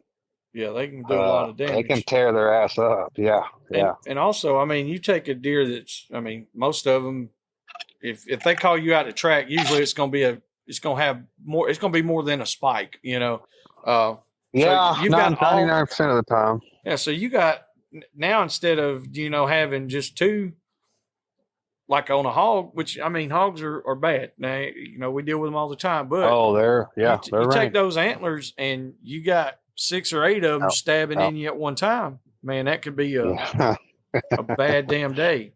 Yeah. No, and I honestly, I think that doing what I did was just dumb luck, but it panned out over the years, because now, like I said, we'll have deer, that might hold a bay that a rougher dog is going to run to the next county. Yeah. He'll go in, and if he comes up on a live one, he's sitting back and barking, but it's not, he ain't just in there nipping its heels. Like I'm telling you, he might be 15, 20 yards back, just burp, burp, burp, burp, burp. Yeah. And that's all it takes. And that deer will sit there just long enough for me to come in and get him put down when, had he been a little bit more catchy or a little bit rougher, you might be 5 freaking counties over trying to get this deer shot that should have been dead in his first bed. You know what I mean? Yep. And it's just been fortunate that he learned from all that. And like I said, last year there was 2 or 3 deer that I did not think when we got there would stay in bay, and were deer that, I would have thought would have ran a long, long ways that stayed there. And, you can't just go in there loud and bumbling and stumbling. Like, I'm sneaking in and getting them put down. But, deer that I wouldn't have imagined we would have got bayed because he's so loose. Yeah, that's, and that relates to hog hunting as well. You get a dog that's putting too much pressure. Well, you're going to break that sumbitch, and then there you go again. And it gets worse and worse. And so definitely, I like the catching part. Don't get me wrong. It's fun. It's fun. It's awesome. But I love seeing it. At what expense too, though? Like you said. Yeah. There's always, damage can occur from anything from falling off of a bluff or getting drowned, whatever. There's so many damn things that can happen. Yeah. Especially when you got a lot of times it's these dogs that are you'll put them in a creek or whatever, and they get pinned up against the wall and get drove into the wall of that creek bed, or they're any other on flat ground, that deer would have never caught them, but they did, you know what I mean? They can't get out, they slip, and then next thing you know, they're pinned, and you're trying to get down there and get them off of them Yeah, because they can't move. once they pin them, dude, they will plant. I mean, it's wild to see, you know. Yeah, I've never But seen one really just wreck a dog up, work a dog over hard. You know, I've seen them where they, you know, smack them or something with you, mainly like a uh-huh, pissed off doe. And but I've right, never seen a bad buck that was just really give. I've seen videos, but I've never actually watched yeah, it. man, it's funny. You'll have some that'll. I think it's all dependent on that deer's. I mean, I hate to say it, but like their personality. Like you'll have a deer that wants to fight, and you'll have some deer that don't want to fight. You Yeah. know, you got like some deer that want to run. Uh, but some of them fighters, boy, they're hey, this is the last rung of their life. They're taking somebody down with them. That's right. And I mean, that's the only way you can really look at it overall. It's like it's life or death, and You bet. They're on there. They got a will to live. I don't know about. I mean, I know. I mean, hogs are the rankest thing. You'll yeah, run in our area and y'all's too. I'm sure. yeah. But a deer has a will to survive, man. I don't. It's pretty wild what they'll do. I mean, the stuff that they'll backtrack on, Mm-hmm. or just. I mean, it's wild. They'll jump off a damn cliff, man. They don't. Like that, They've yeah. got a will to survive. That's all I can say. I mean, it really is wild. What's the biggest deer like uh body wise and antler wise that y'all have recovered? We found a handful of deer that are 180s, 190s. I don't know the exact one. I know the ones that I didn't find that were 226. Mm. Uh, but but Yeah, damn. yeah, that one stung last year a little bit. I still don't know how to. I just still don't know what happened with that one. But anyways, no, a deer around here, and there's little pockets of bigger body deer too. I mean, we'll have occasionally we'll have some deer that are 250 pounds with the guts in them, you know, Yeah. and then have a lot of deer that are 200 pounds or 150. You know what I mean? Mm-hmm. There's different pockets, but I'd say, we ain't finding no 300-pound deer, but there are some little areas where there's some 250-pound deer, and usually those are those places where the deer get old and they might be 180, 190. You know what I'm saying? Yeah. But I haven't broke the 200 mark. I'm hoping Well, I'm maybe you'll hoping get old it Huck this gets year. her done this year. Yeah, I don't know. It's a curse so far. It's I mean, that's a big deer. I don't give a damn where you're at. 200 inches. That's I It mean, is. It is. hell, finding any 180s is to me is like, damn, that's a lot. That's a big ass deer. Oh, yeah. But There's no doubt. Like I said, we're fortunate. Like I said, we are very blessed where I'm at, and it's kind of like it ain't like South Texas. I mean, by God, South Texas has been doing wildlife management and that stuff for 50, 60 years. yeah, I mean, there's a lot more big deer killed down in South Texas with the management stuff that they have. But for me, I mean, we are fortunate. I'm in a little area where we're gonna find a handful of deer over 170 every year. Mm-mm-mm. Yeah, that's pretty sweet. No doubt about that. So if you had to pick or choose any breed or any other dog besides what you got to start as a dog to do what you're doing with now, what would be your next breed? Man, Come on I now. don't know. Come on. I Not a What do I hound. want to work or what do I think would No, work? You know what what I mean? yeah. What would you think would work best? I think I could have a touch more hound. I don't know. I think it would be cool to just have a straight up walker hound that would do it. I really do. That was Right. silent on track, which I know is probably not a thing. Uh, but to have a straight up white dog that Mm-hmm. could run, like a running walker maybe, Oh yeah. if I could have one that could do that and then have that ball at the end of the trail, that would be pretty sweet. Yeah, no doubt. That'd be probably my bet. Really, that's pretty cool. Because, like, I mean, I know some walker dogs that are silent.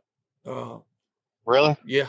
Most of them are going to be up in bear country though, and Yeah. it's just There's a handful down South Texas. There's a guy that runs a couple, and I don't know that they're silent, but they damn sure put deer on the tailgate. Then they're mainly white dogs that I don't know. It's just something different, Yeah. I guess. And Because I would say that mine's 50-50. I mean, mine are probably 50% cur. I got you. And the reason I say, like, when I say bear country, I don't mean that bear hunters are actually using them. A lot of them, they don't open up enough for the bear hunters, so hog hunters get them. And a lot of hog hunters like a more silent dog, you know. And Right. and I've been fortunate I do enough, too. you know, I've been fortunate enough to travel a good bit. And I've hunted with, I ain't gonna say every style of dog there is, but I've hunted with a lot of different dogs. And a lot of people say silent, and it's not. They're semi-silent. They don't bark much. You know what I mean? But they still open a little bit. But I have seen a very, very few truly silent dogs. And I mean like zero bark until the game is stopped. They're looking at them. Yeah, until it's bayed. Now, I mean, even when they're running on its ass, they're not barking until that son of a bitch stops. And that right there would be, that would be pretty damn awesome. Like you said, if it was dead ass silent, and then once it got the deer and just started baying, that'd be badass. I mean, that's how that my dog now. I mean, if he jumps one, he might give a squawk, especially if he hadn't jumped one in a couple of days. Mm-hmm. But usually he ain't barking unless he's looking at him. But he's got a chopping kind of bark. But like if you could do a silent track and then end up with that boom just a ball, yeah. I think that would be cool shit. That would I be don't know. cool That's just something different. So there you go. You got him fired up. Well, I just smelled a skunk, so there ain't no telling what I'm assuming that's what they're smelling. Skunk But time. no, you talked about handle. I never said anything about putting a handle. The handle deal is big for us. With these small properties. So when I'm running, especially if we're on a small place, I've got my cell phone in one hand, I got the Garmin in the other. And if we jump one or he's trailing and gets to a county road or whatever, it's a one tone and he's dead in his tracks. And if it's two tones or more, he's coming back. And that's, I don't know that train that to him. I think he figured it out. But I can't imagine it doing it any other way. You know, because like I said, with some of you get your ass in a bind pretty quick, especially, if you got a main road or something, like I can't have them running a deer across the road. Yeah, that's right. Yeah, that would definitely be a pain in the ass right there, because one, the deer's out of the country, your dog could get run over. It's just a pain in the ass. It happens more often than I'd like, where I'm having to shut them down, figure out what's going on. Hey, cut it out. I'm trying to figure out where we're headed, and then I might have to restart them or something. You know what I mean? Or let me get to the damn highway and we get permission on the other side, and then I walk them across or something. But like I said, I've been real fortunate that I don't have to like shock him or light him up. It's just a tone. And I've watched him do it. He'll be running a deer and I'll tone, and that son bitch don't want to stop. And I'll tone again and he'll shut it down, which is just been fortunate on my end. Yeah, that's good. Now having a handle like that, how hard is it to get your dog to do that? Just to be able to shut him down. And then if you have to restart him, I mean, because we're gonna have listeners out there that's gonna be like, well, I'm not gonna stop my dog from running no game. You know, I'm not get gonna it. tone him or none of that. And I get that part too. It's gonna fuck him up. No. Yeah. You know, that's exactly what they're thinking. So you guys have to do it a lot. Well, Yeah, you got to and do it's it way more different for than us. yeah. So that it doesn't mess your dog up. Well, and that's what per I se. I don't know that, you know, and this is, like I said, he's finished. He knows we've done this. We've been doing it for a while. So I know I'm not going to booger him up, shutting him down on a deer that he's supposed to be chasing. He knows. Yeah. He knows that he knows he's supposed to be chasing him, and he also knows there's a reason why I'm stopping him. Yeah. You know, on a puppy, by God, it's going to be hard to. It's kind of hard to do both. You know what I'm saying? Yeah. You might he's gonna I've got a dog that's gonna be 2 this year, totally different bred dog, and you know, and he chases live deer this last year, but he's also found some dead deer, you know, and then went on some bays with Huck, but I didn't want to shut him down on any live deer last year. I didn't want to. I didn't want him to think, hey, this is wrong. You know what I mean? Yep. But this year, I might start leaning towards shutting them down on some of that. Like I might, if I've got now this will be stuff that I have set up or deer that I shoot. I might dump them on a feeder with a bunch of live deer that have been there all night. Let him go run a live deer that I know there's not a deer shot there, and I might tone him and shut him down. And then I might take him to where I shot my deer and run him on that. You know what I'm saying? Yeah. And try to, in that way, if you're shutting them down, you know for a fact that it's not the deer that you're after. It's a live deer. So, you know, going to that feeder for the public and dropping a dog on a feeder that's had 30 deer on it and hoping that dog runs the right deer. I mean, it's a lot to ask of a dog, especially a young dog, you know. But with the dog with Huck, I don't, it's not even a thing. I don't even think twice about it, you know. Yeah. But that's just experience. Yep. That's. But I'm gonna go through a lot of it with this year because I'm gonna this 2-year-old dog. I'm gonna start putting them on some stuff that I may or may not know what's at the end of it. You know what I mean? And it's gonna take either confidence on my end or luck. You know what I mean? On whether or not to shut him down or let him roll. Yeah, because he likes to roll. That'd be something there. It's tough. We have a lot of small properties here where we live at. What's a small property to you? 800 acres.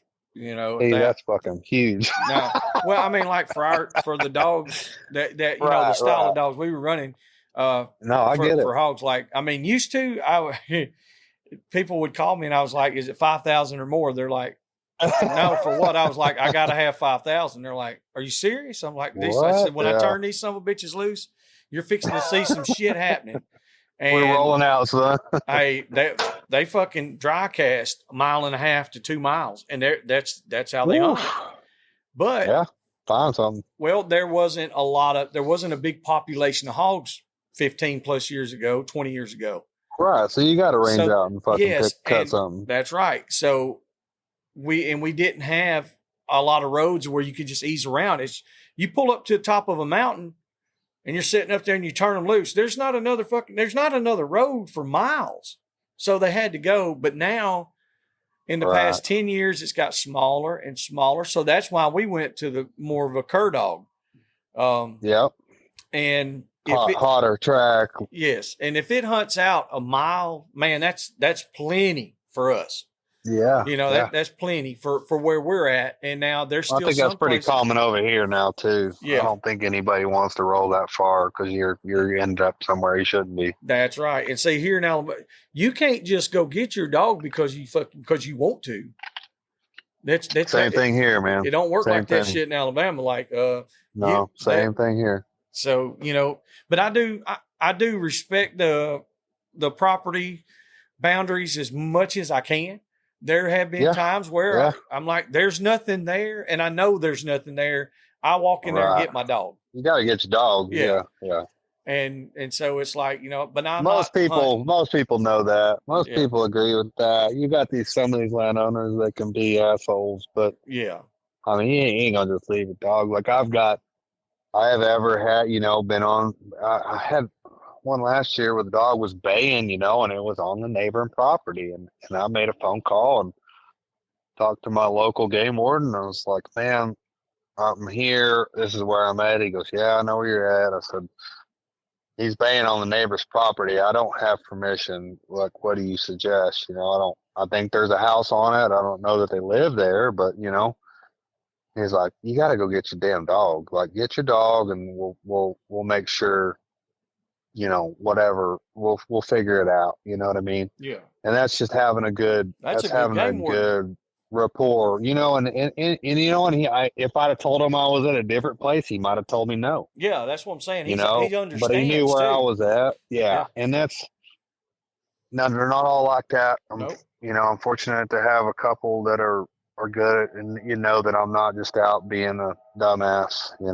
I'm actually trying to help folks out. We're not out just running deer across the country. So, yeah. I totally that can be get stressful there. That's the other thing about tracking for public, man. It's stressful. I swear, this fucking train, this guy, if I ever get the They opportunity, like to hammer down, dude. It's we changed our time. Like we recorded almost an hour later with you today, so we can avoid the train. And this son of a bitch is coming through at 9:00. When he normally there at 7. Yeah, normally he comes through at 6. Between for a long time it was between 5 and 5:30. So I mean, Nate can dub this shit out, whatever, but it's so aggravating. I usually just leave it. I think it's funny. Yeah, no, it's real. I would like to. I'm serious. If I ever get the opportunity, if he would stop out Throw there, something at this. yeah, if he would stop out there, I would go to jail or get my ass whooped. He might beat the dog shit out of me, but I promise you one thing: I would go out there. You're gonna remember it. I'll grab that motherfucker in the headlock and just go, ha, ha, right in his fucking ear for an hour. Yeah, it's aggravating. Here you go. I hear you. God dang, there ain't but one crossing. It's only one cross. He knows that I'm in here recording. Hey, man, he might have run over some old boy. You know what I'm saying? Jesus he might be working. Come on, people. It's killing me. Oh, my God. This is every freaking time. Oh, okay. He's still honking. Like, this son of a bitch is just going down. He's letting the deer know, guys, don't jump on the tracks. See, that's the kind of shit I have to do. So for me, so I'm a fireman by trade. Well, man, don't say engineer, train engineer. No, I'm a fireman. So I hear the horns more than I want. Dude, if there's a chance where we can't run the damn horns or sirens, we are. Gosh, it's just it gets to a point where it's so damn annoying. I can't fathom being one of those guys and just loving honking that horn. It gets old. Dude, we got probably 3 or 4 trains, over the course of a day. That's not bad. I mean, really. And I'll be honest, that is the only one. The rest of them will come through here. Boy likes that horn. That son of a bitch, I'm telling you, like, he will literally honk one time down here. He'll go 300 yards and literally honk again. That's it. Then this guy, he starts and he gets paid by how much noise he makes. He's listening to the podcast. He probably is. He's like, that's me, mother. Oh, that's exactly right. That's exactly right. Now that I think about it. Yeah, probably he's a Dixie dogger. Somebody we probably know. He's laughing. He probably makes it the rest of his route and never honks the horn. Yep, exactly. He probably don't even work for that fucking train. It's probably Pat Lewing. He come up here and jumped on the damn train. Uncle Pat done that shit or something, man. That's crazy.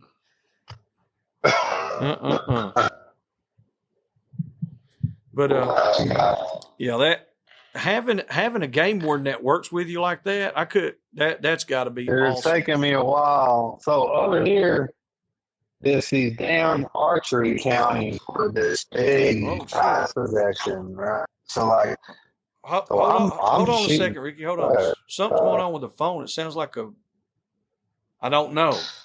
Sounds like a robot. Man. Say something again. On the phone. Oh my God, what is happening? I don't know. Say something else. Stand by. There we go. We're getting clear now. Yeah, it's getting a little more clear. It sounded crazy as hell. My bad. I went into the shop to grab me another adult beverage. Oh, okay. That's what it was. I left the phone out here. Yeah, my bad. No. Anyways, I was laughing. having Is he coming back? Oh my God.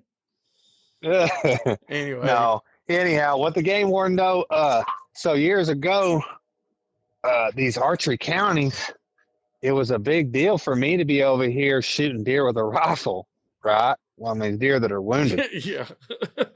It didn't go over too well. So, it's been, Texas has a whole SOP in the game warden book about deer tracking, right? I mean, you don't see it on your outdoor annual that everybody gets, but the game warden's handbook has an entire SOP, whatever you want to call it, over deer tracking. Yeah. And, in that it reads, to dispatch an animal with any means necessary. So like whatever it takes to get that animal put out of its misery, right? Mm-hmm. Well, that's been in Texas for forever, but up here, like I said, there's big deer, and it's kind of like this special thing up here that we've got this archery only, because there's only, don't catch me lying, but I think there's 3 counties in the whole state of Texas that are archery only.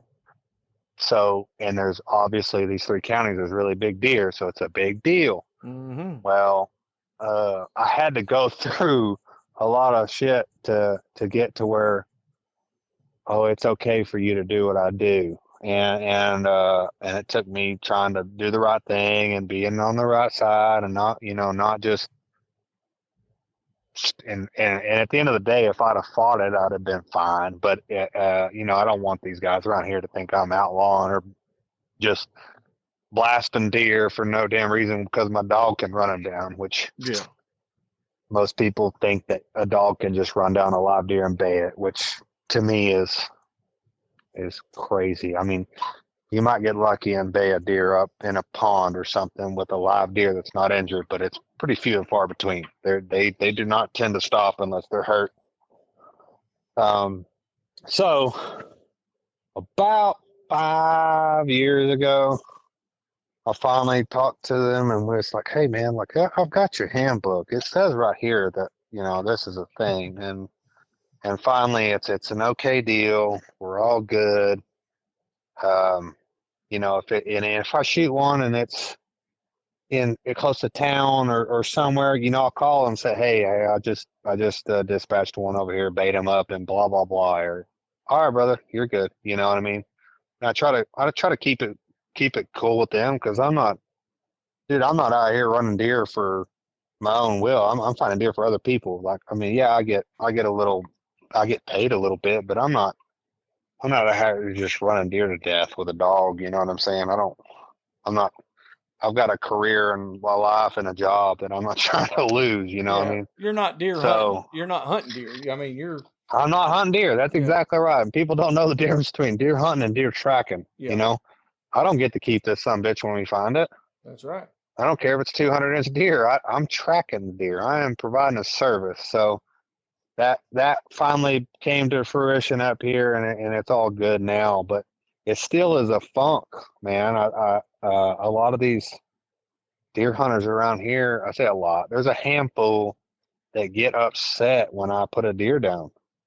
The sumbitch could have his guts hanging out, and the deer, and I'll shoot it with a rifle in, October, and it rubs people the wrong way. And I just can't fathom why. I mean, I'm putting a deer out of its misery. Yeah, I think that, to me, I don't understand that it's part. Ignorance. Yeah, well, it's like they're like, well, you got to shoot a deer.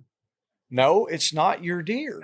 I don't not, get to keep it. That's right. You're not keeping it. So honestly, that would, you'd be a serial killer. Yeah, If you're just gonna go around, I kill more deer than most. Yeah. Don't get me wrong, but I don't get to keep them. That's right. I mean, I shoot more deer than anybody around here, but that don't mean that they're mine. I'm just trying to do the right thing and put them out of their, put them out of their misery. Because somebody else made a marginal shot, and I mean, you're just ending it. I'm quickly. Cleaning up. Yep. I'm just cleaning up the shit show. That's right. Batting clean up. And I mean, yes, somebody needs to do that, because just imagine if, for instance, you say like thermal hunting is a big thing now for wild hogs, and I use this as relevance. It's big over here. Okay, so big over here. Imagine if there's a thermal hunter that came on the property and you're running dogs, and you go out there and your dogs are bait up, you send a catch dog in there, and you run in there and you're like, oh my God, you smell that? And it just keeps getting worse. You're like, something's dead in here, but it's not freaking dead. It's just got a big fucking hole in it with maggots on it because somebody made a marginal shot and nobody came in there to back clean up. Exactly. Let me tell you how nasty that shit is.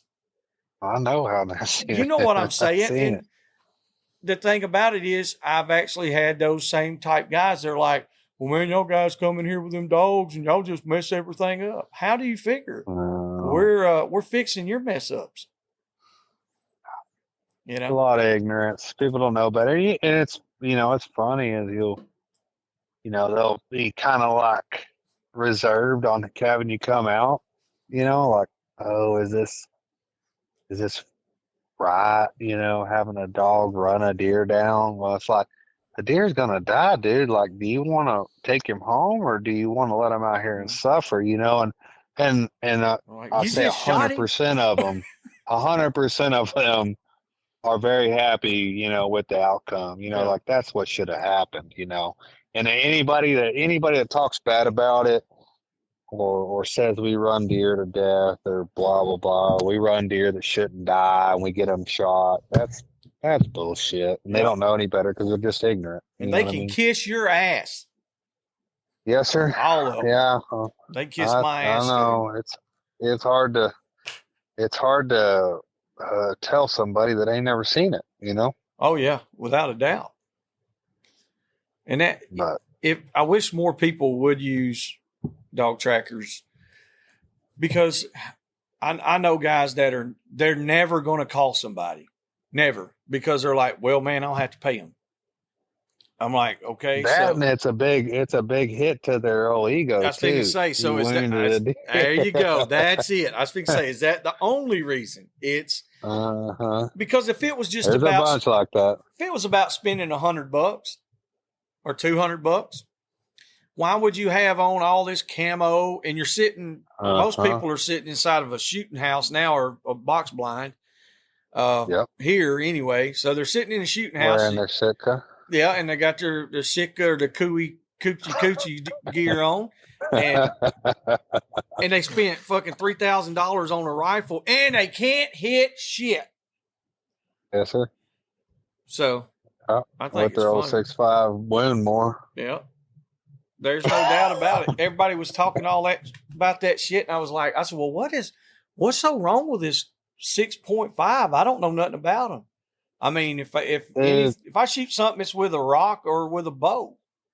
And I'll tell you a story. About 6.5. So that's the whole, oh my God, you shoot a 6.5, blah, blah, blah. But I'm here to tell you, I went on a track, and this has been a while back, and I'll tell you exactly all the details. It was a 70, 80-yard shot, and a mature deer.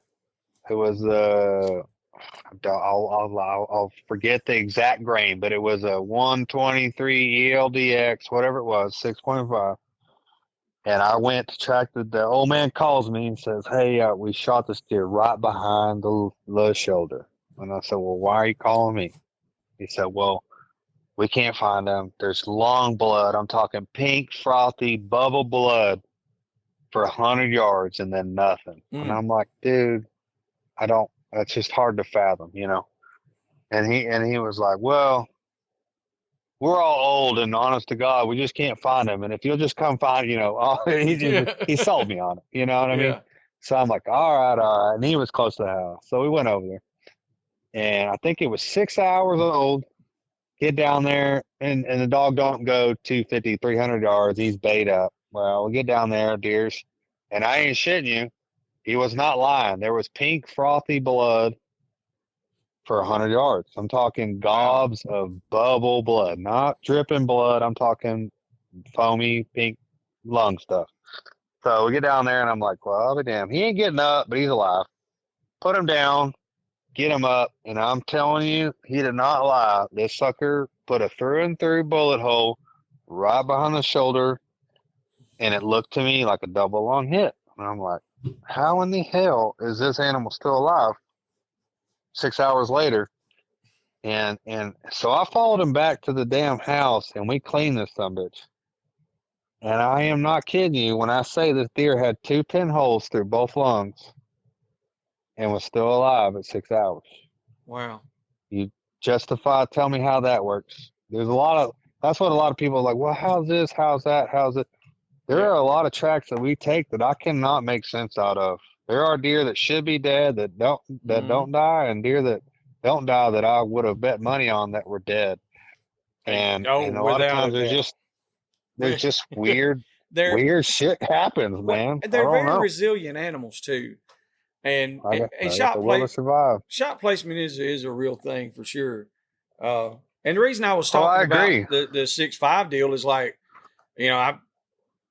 I'm not this big deer hunter by no means at all. Yeah. So, and I was talking about my ex-brother-in-law lives in South Texas.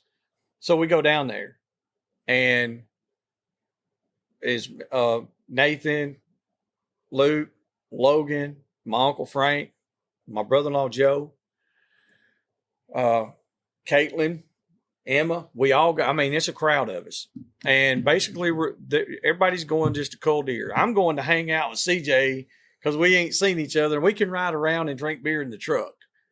And I think that's the coolest thing. And Texas tradition, baby. Exactly. So that was awesome. I was like, okay, this is my life. So all the kids are going to shoot whatever they want to shoot.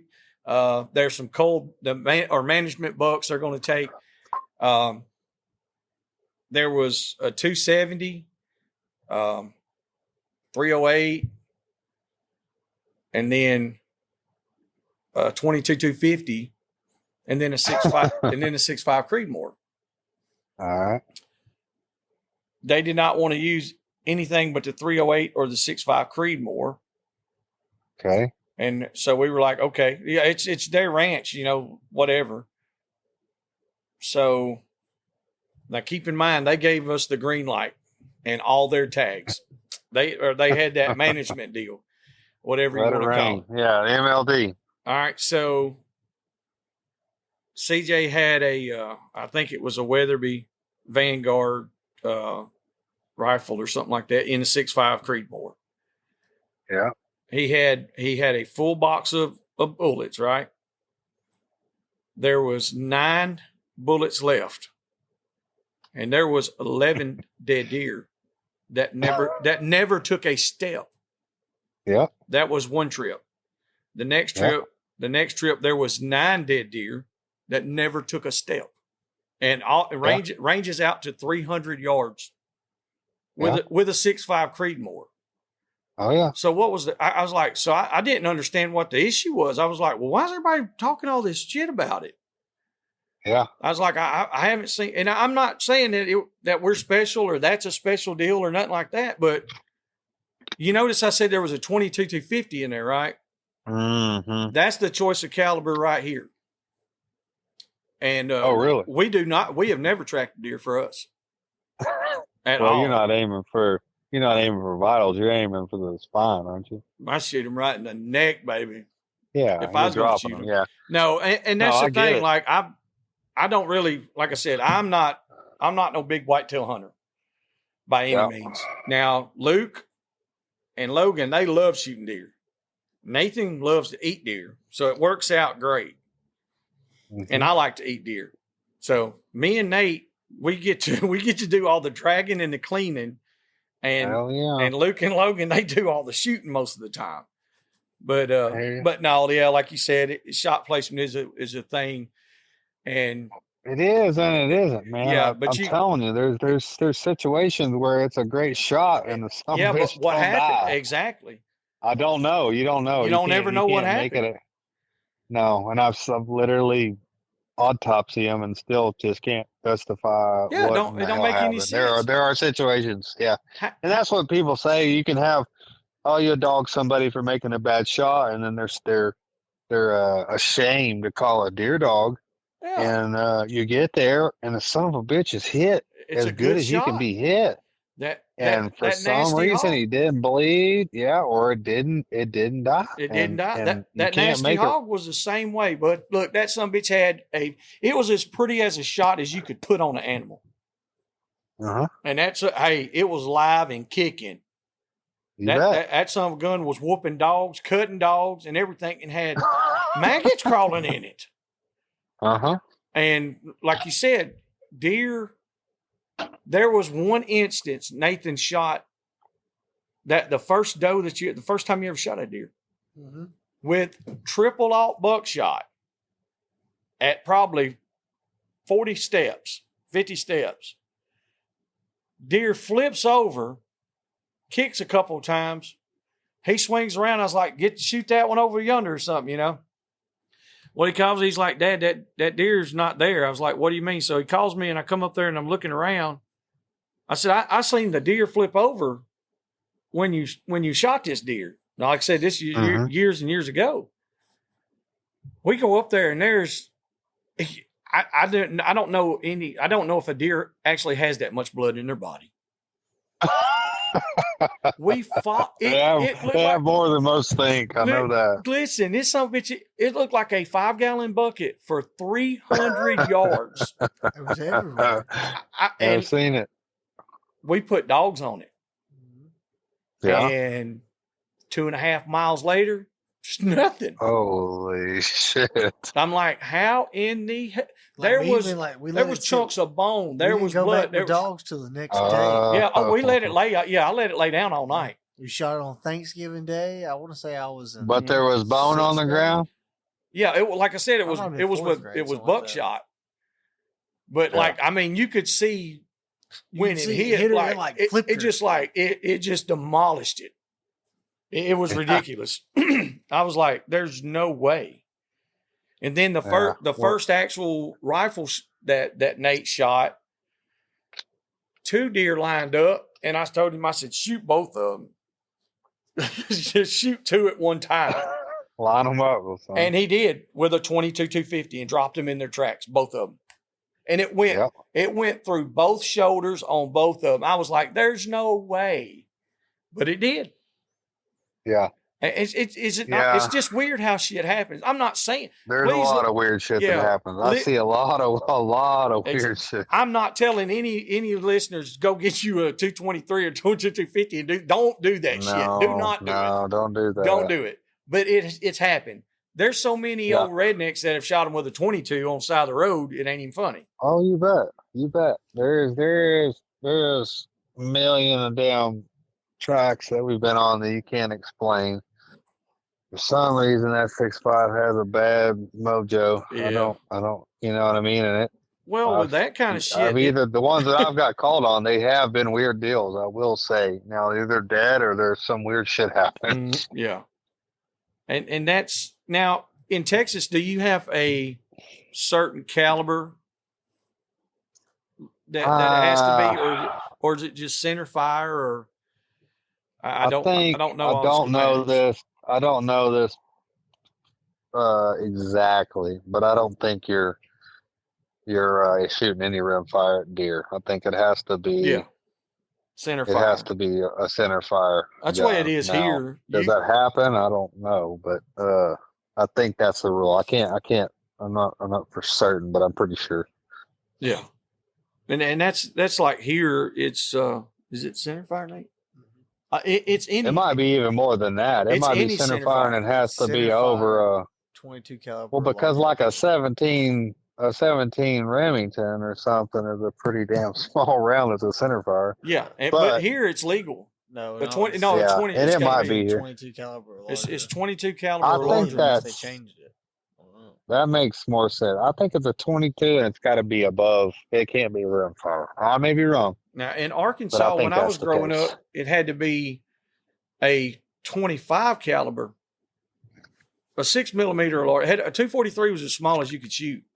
Now that was 30 something years ago. A 243? Wow. Yeah, it had to be. Like I said, now I could be wrong on that. I definitely could be wrong on that. But like I said, when I was younger, I Yeah. want to say it was, for some reason, I want to say it was like a 25, 6mm or 25 caliber or something like that for deer. Yeah. And I could, like I No, said, we got. I could be mean, we wrong. track a lot of deer that are shot with a 223 over here. Yeah. That kids are shooting, which I don't suggest. And it's funny, you can shoot 100 deer with a 223 and drop them all in your tracks, and then the one that you don't want, they Yes. just won't. You could shoot it with the 300 Win Mag and have a total different That's scenario. right. It says it But like I does. said, for over here, like I think it's for me. Most of my stuff's archery, man. I like when I get a rifle call, hell, I get giddy. I Hell don't yeah. give a shit if it's a 22. I just like, oh shit, Oh, yeah. rifle, hell yeah, here we come. In Alabama, it says any center fire does not matter. There you go. I just looked. That's why I was think checking that's out. probably similar here. I think it's probably pretty similar. Yeah, it says legal ammunition for deer hunting is center fire mushrooming bullets that are not full metal jacket. The caliber of the There you go. rifle does not matter as long as it's a center fire cart. So I guess you could with a 17 Remington. I like that. That- I like that. I like that. I like that. We no, have no a very SMJs. we have very Yeah, you lenient. say you shoot a damn doe a day. Oh yeah, like I mean, up until we just changed to the $3 rule a few years ago. Before that, it was Wow. a buck and a doe every day. Season comes in October and goes out in God February. almighty.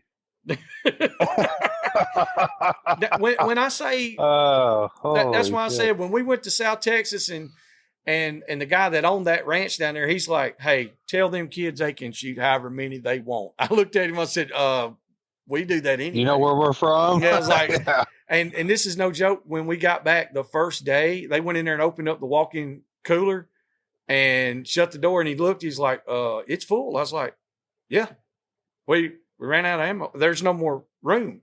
Yeah, you told. He was like, You asked for "Holy it." shit!" Well, and that's what he was happy about it because Yes, most people won't do that. those guys pay a lot of money to be on a trophy Mhm. place, and they don't want to shoot a management deer. No, Or a doe. most of them don't eat them. You're the exactly deal. right. They don't eat them. Most But of them we don't do. eat them, and they don't want to deal with cleaning them. That's what's the big deal about them MLD places is I think it's pretty lenient, but you're supposed to fill your quota, and if you don't fill your quota several years in a row, they might kick your ass off of That's the what's being said, program they cut you or off not of give it. you as many bucks the next year. You know what I mean? So you're supposed to be pretty damn close with the numbers, and and like I said, that's where I'm coming in. I'm trying to take all of them. You know what I mean? I'll find somewhere to put that meat. I promise you. If I don't take it, I will find a place for it. Yeah, you'd be surprised. Well, you won't be, but for listeners out there, you'd be surprised how many people do not eat deer meat. They don't eat venison. They're like, I see it all the time. and it's crazy to me. Why would you go out there and kill something just to do it? It don't make any sense. No, I get the horn hunting stuff. I'm a horn hunter, but I like to eat them too. But you also eat deer meat too, right? I eat deer meat like it's going out of style. Yeah, and that's the thing about it. If you never ate deer meat before, would you even be doing this? I don't even know why you would do it. Exactly. So that's what I'm saying. So, but any time, but like with the bow hunting out there, I do like that part because it's restricted to only bow hunting. and that's why there's bigger deer there. They have time It to really grow. is.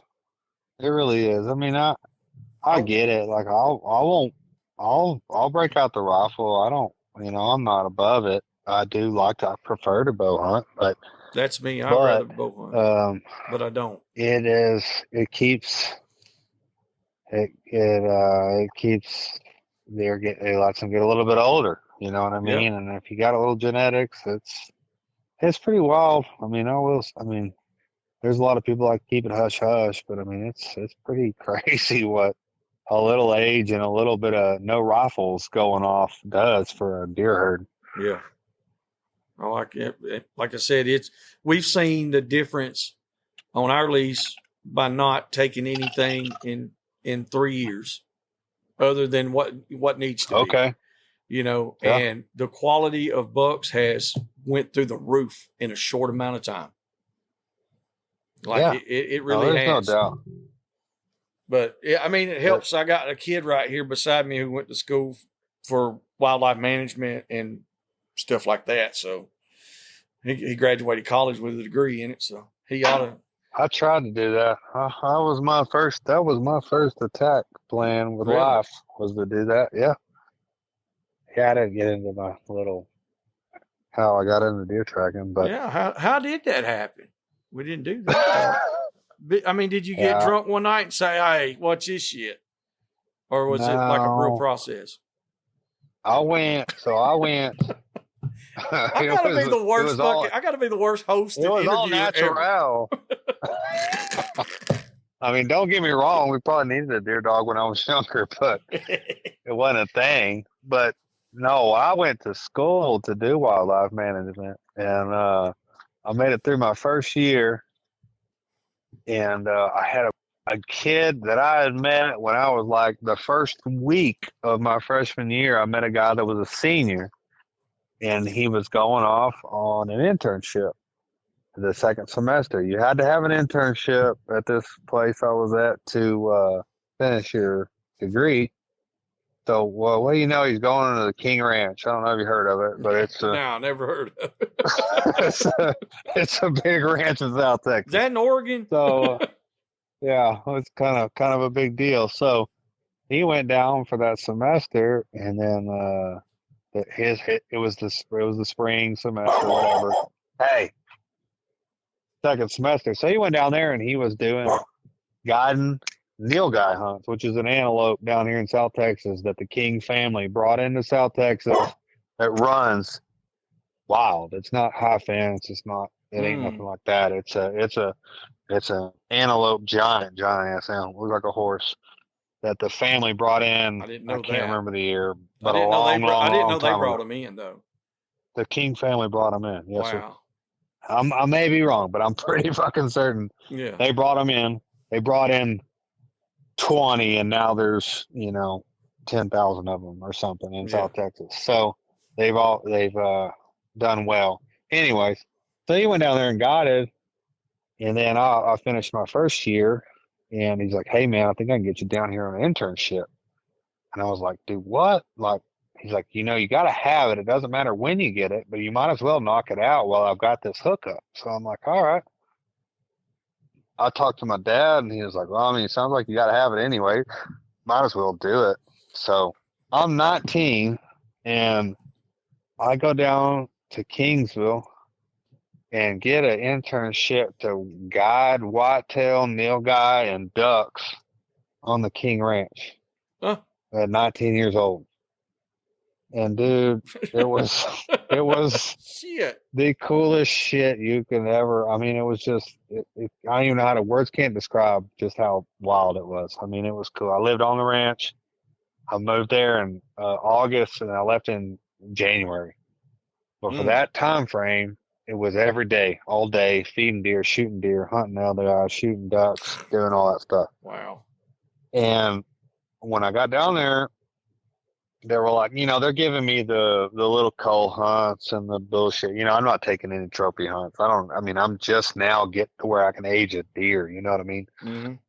And so I got down there and, well, I'm taking clients out, my boss, and there's a ton of leases on the King Ranch. So like there's a ton of leases that are totally separate from the King, but there's family land on the King Ranch that only the family can hunt, and that the actual King Ranch employees can guide on, right? So we got to guide on the King Ranch stuff that was not leased, and it's kind of it's a wild process to get on the list to hunt there. Yeah. But anyways, so I got down there and was doing guide hunts, and then obviously had people wounding deer, and I was down on the southern division of this place, and guy was supposed to shoot a management buck, which is a 130 to 150.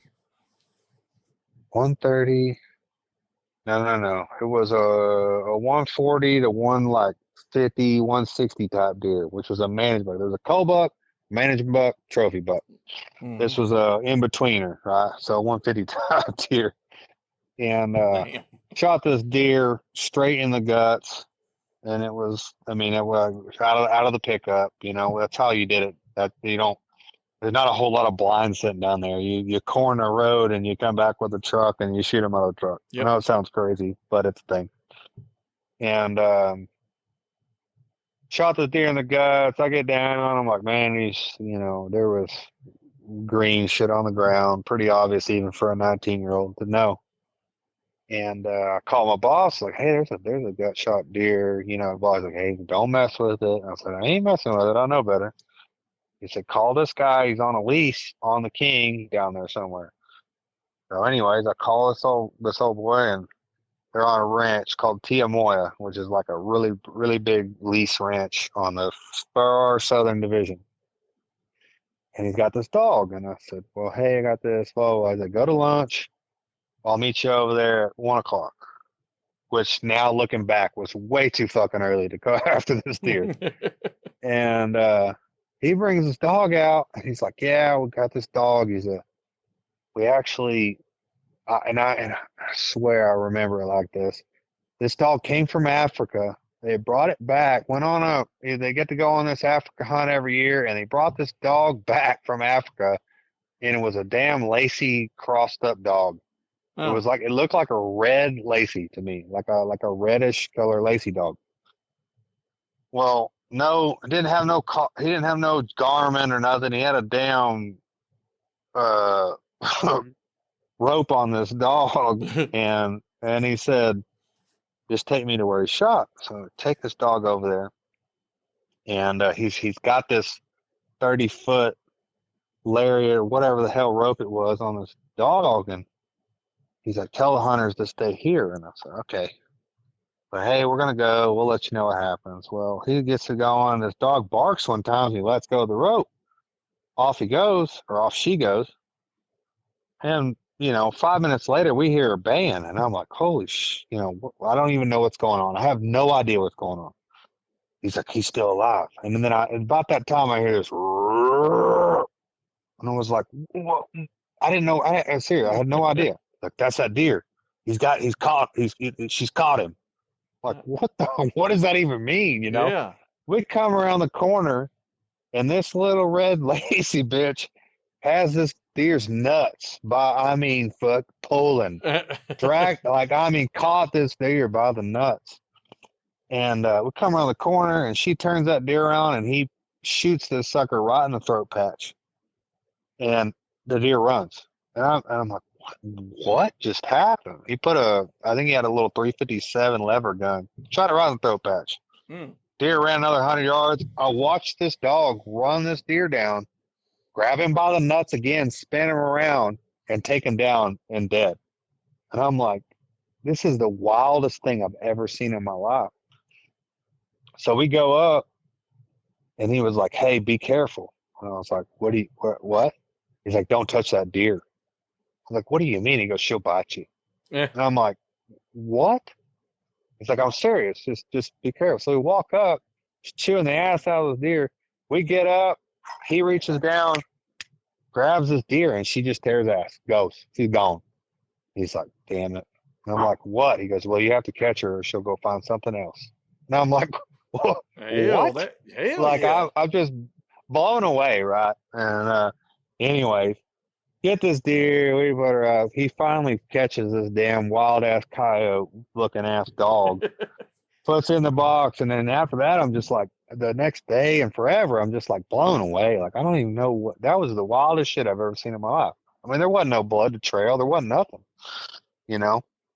So got done with my whole year at King Ranch and done all kinds of guys and stuff, and I was like, man, this is not what I want to do for a living. It basically ruined my hobby. Like I love deer hunt, and I didn't want to look at a deer. I was cleaning deer every single night, man. Like it Yeah. just got old, you know. And I'm waking up at 4 a.m., picking up some dude from California, taking him out, shooting deer, cleaning deer till 2 in the morning. It just wasn't for me. I didn't like it. But I'd gotten back and I had wounded a deer 2 years later. I didn't even deer hunt the next year at home because I was so sick of them. And got back and wounded a deer when I was a good deer, like a good son of a bitch. And I wanted a deer that next year, and I was like, I'm gonna get a dog to Hell yeah. track deer. And that was it, man. That was it. That was the beginning of the end. That's a fucking yeah. We should have put that at the beginning maybe, but now what we'll do on our sound clip is I'm gonna say it at the end. Be like, hey, if you want to hear a best story, you better listen to the whole thing because like we sucked the rest of the time. You didn't. Yeah, But, don't listen to that. yeah, but don't listen to the rest of the shit. You can skip forward a little bit. No, that's cool as hell though. I mean, the King Yeah. Ranch. That's I mean, of course, I was everybody. very lucky, man. Yeah, that's awesome though. That just the whole story. That was a really good story too. To get to see all that at a young age, and you would think that a lot of people, and I know there's going to be listeners out there that deer hunt a lot, and they're going to be like, dude, if I ever had the chance to go do that, that's what I would do every day. I'd work at the King 100%. Ranch. But You bet. it was detrimental in changing the course of your life as well. Oh, it did. Like I said, I got back and I did not pursue the wildlife biology deal. It was one of those things. It was a blessing and a curse. It was the coolest shit you could ever do as a 19-year-old kid that likes to deer hunt.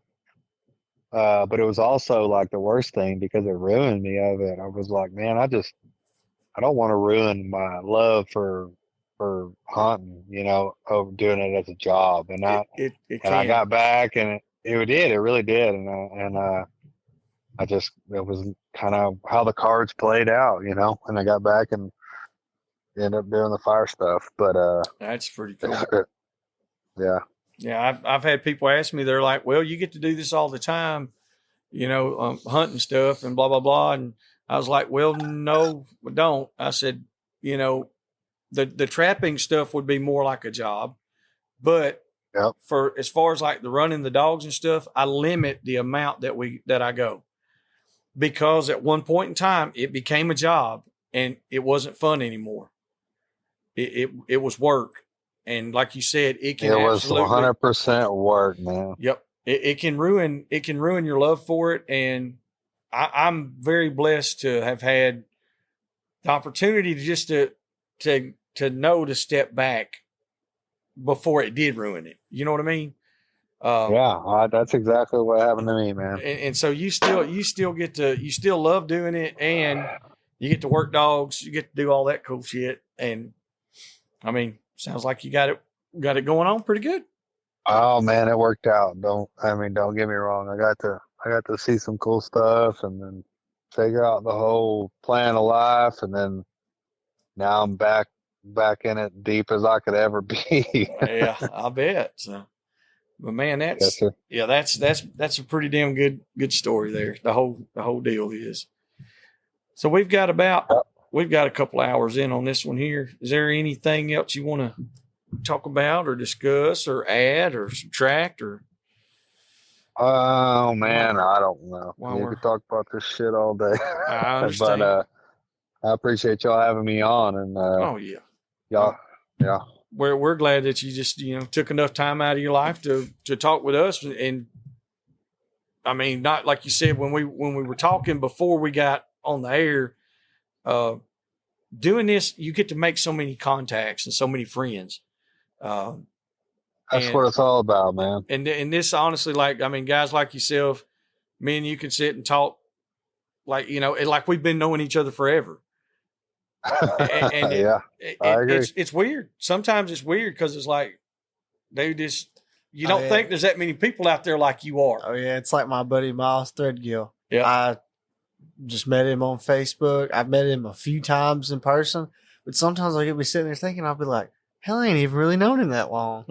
But I talk to him almost every day. Yeah. At least. It's funny you say that name. God, I mean, it's a different name, but he's bought a shirt from me before, and we have talked. So it's funny you say that. I've never met someone that didn't like Miles. If someone that didn't like Miles, I probably They don't can like kiss his ass and my ass too. Yeah, Miles is my Yeah, boy. good people. Miles is he's my yeah. other son. He supports everyone. in this. He really is. He'll tell you. I'm more pops over here. That's my buddy right there for real. He is he's a good young shit. man. Yeah, he's catching some big Good. catfish right now in Tennessee. Yeah, They man. caught over 200 pounds of catfish today. Yeah. What? Before lunch? Yeah. Didn't anybody say Like before 10? like half a dozen over 50. Oh, that one some looked crazy. Are they doing what are they doing? The creek stuff? Are they rod and reel? Are they putting the Yeah, sticks or what? Yeah, they're rod and reeling. Rod and reel. Yeah. I think they're No drifting. shit. Yeah. Yeah, they're probably planer board or drifting. Yeah, Are they that's what- striper fishing too? That's I think they're impressive. planer They're board. running planer boards in. Yeah, that's what. Damn. He's going with Marc Cooper. I've seen the name on there. He catches a lot of big Cap fish. more, yeah. That's a That big makes deal, be catching that many over 50. There's one or two. There one that some bitch I don't know how much it weighed, but Nate showed me a picture of it, and it's as big as Miles, for real. Like it's got to be 70 pounds. But Now, are we talking blue cat? blue cats, yeah, blue these are cats. Damn it, boy. Yeah, there's some. They're really some. The pictures they look really big anyway. I don't know. Oh, yeah. Miles, Oh, yeah. You Miles take a good might be picture. editing that shit, you know. Hey, I can know how to pose a deer up. I imagine he knows how to pose a catfish. Hell yeah. I was doing that shit with bass, and I had a bunch of pictures, and Nathan and we were all fishing over in Mississippi at this private lake, you know, and I seen some guys some pictures, and they're like, "Well, you learning how to pose with that bass, ain't you?"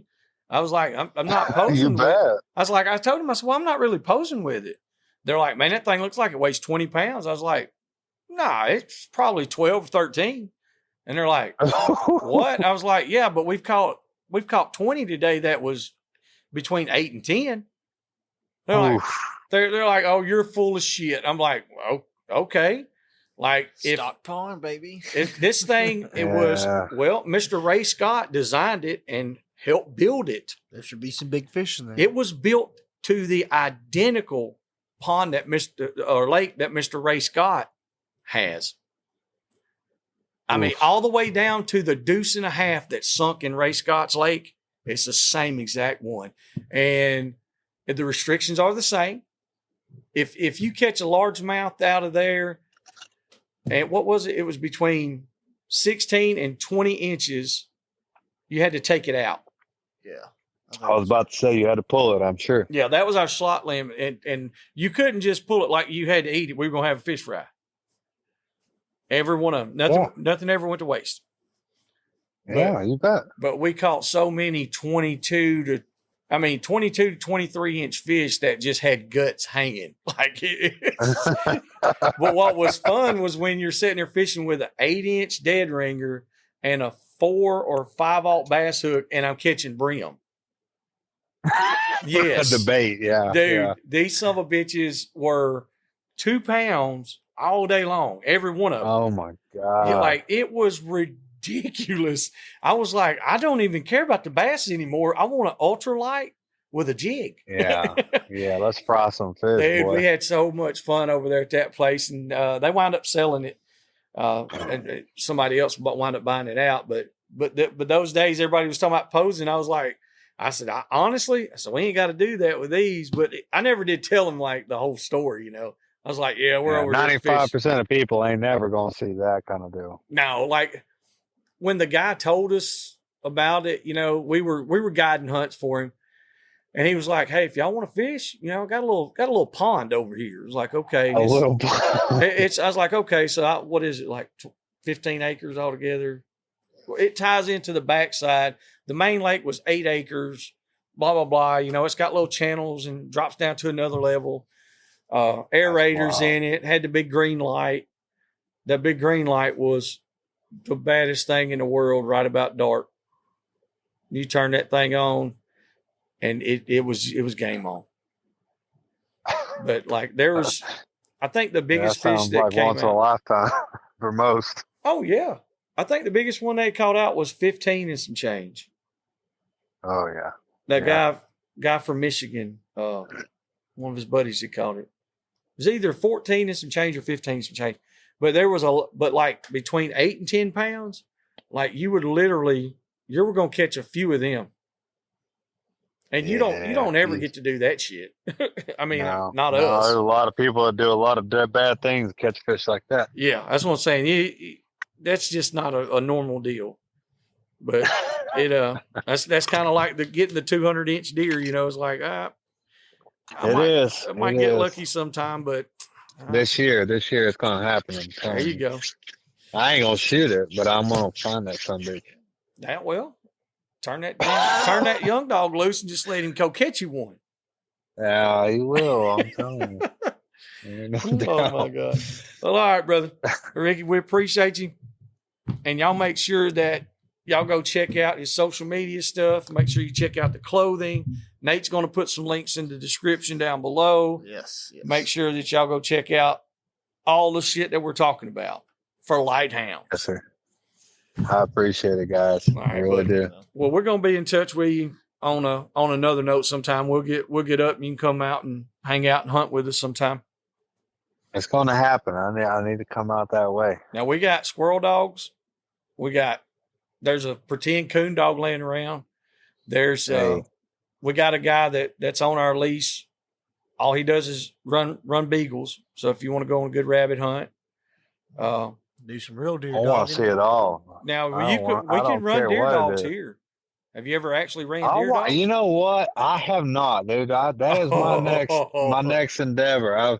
I talked to a boy the other day, and he was in, I think it was Carolinas. Yeah. And and he was talking to him. I was like, man, I can't leave over here during November, man. That's my busy time, you know. So I don't know when or how I can make it happen. January, I may just have to suck it up. You can come out in January and run them with us. Oh, dude, January is slow as hell over here. I would love to come do that. Hey, it's all the way through January. Yeah, I believe it's the last day of deer season. Yeah, there's certain areas. We got little zones or little areas that you can run pretty much all year. I'll get the schematics of it and I'll send it to you and make a date. You sign me up. I'll make it happen. I've been wanting to see it. It's a whole different animal, and I'm curious. Well, we can go to where there's some flat land, and you can hunt a bunch of like scrub pines and cutovers, or we can go into mountain areas, and it's a whole nother world. I just want to watch. I want to sit back and watch. That's all I want to do. We'll sit on the truck. Me and you'll sit on the truck and drink whiskey and let everybody else do it. Yes, sir. We'll work dogs Yes, and let them shoot at stuff. Sign me up. All right. Sounds good. I appreciate it, guys. All right, buddy. We'll see you, Ricky. All right, Thank you, man. Y'all have a good one. All right, buddy. You too. Bye-bye. Bye-bye. Man, that dude right there could talk all night. Just talking shit, having a good time. Oh, yeah. My kind of people. Yeah, y'all make sure y'all check out his clothing and stuff. And if you're in the North Texas, Oklahoma area there, and you need that buck of a lifetime found, get with him. And he might be able to squeeze you in. But it sounds like he's got a pretty good clientele base, and he's got a really good dog. Oh, Huck. We got to give it up for Huck for sure. So, well, there's another one in the books. And we're going to keep pumping these things out. We're going to keep on rolling. We're going to keep doing the thing over and over and over again until y'all tell us to stop. So, y'all got to make sure that y'all get y'all's ass on the ball. We're going to be doing another call in before too long. Make sure y'all participate in that. Y'all go check out our social media stuff. Y'all go check out the YouTube deal. We're adding some videos up there. We almost got 1,000 whole subscribers. Y'all go on there and subscribe to it. And we'll put some more videos up. Y'all check that out. So until the next time, unless Nathan Wright has something to say over there he's thinking about. No. Until the next time. All right. What are we going to say? All right. Till next time. We out this month. Thank you. Hope y'all enjoyed that episode. Stay tuned for our new episodes every Monday and Wednesday. For questions, advertising, or just to chat, email DixieDoggers01@gmail.com.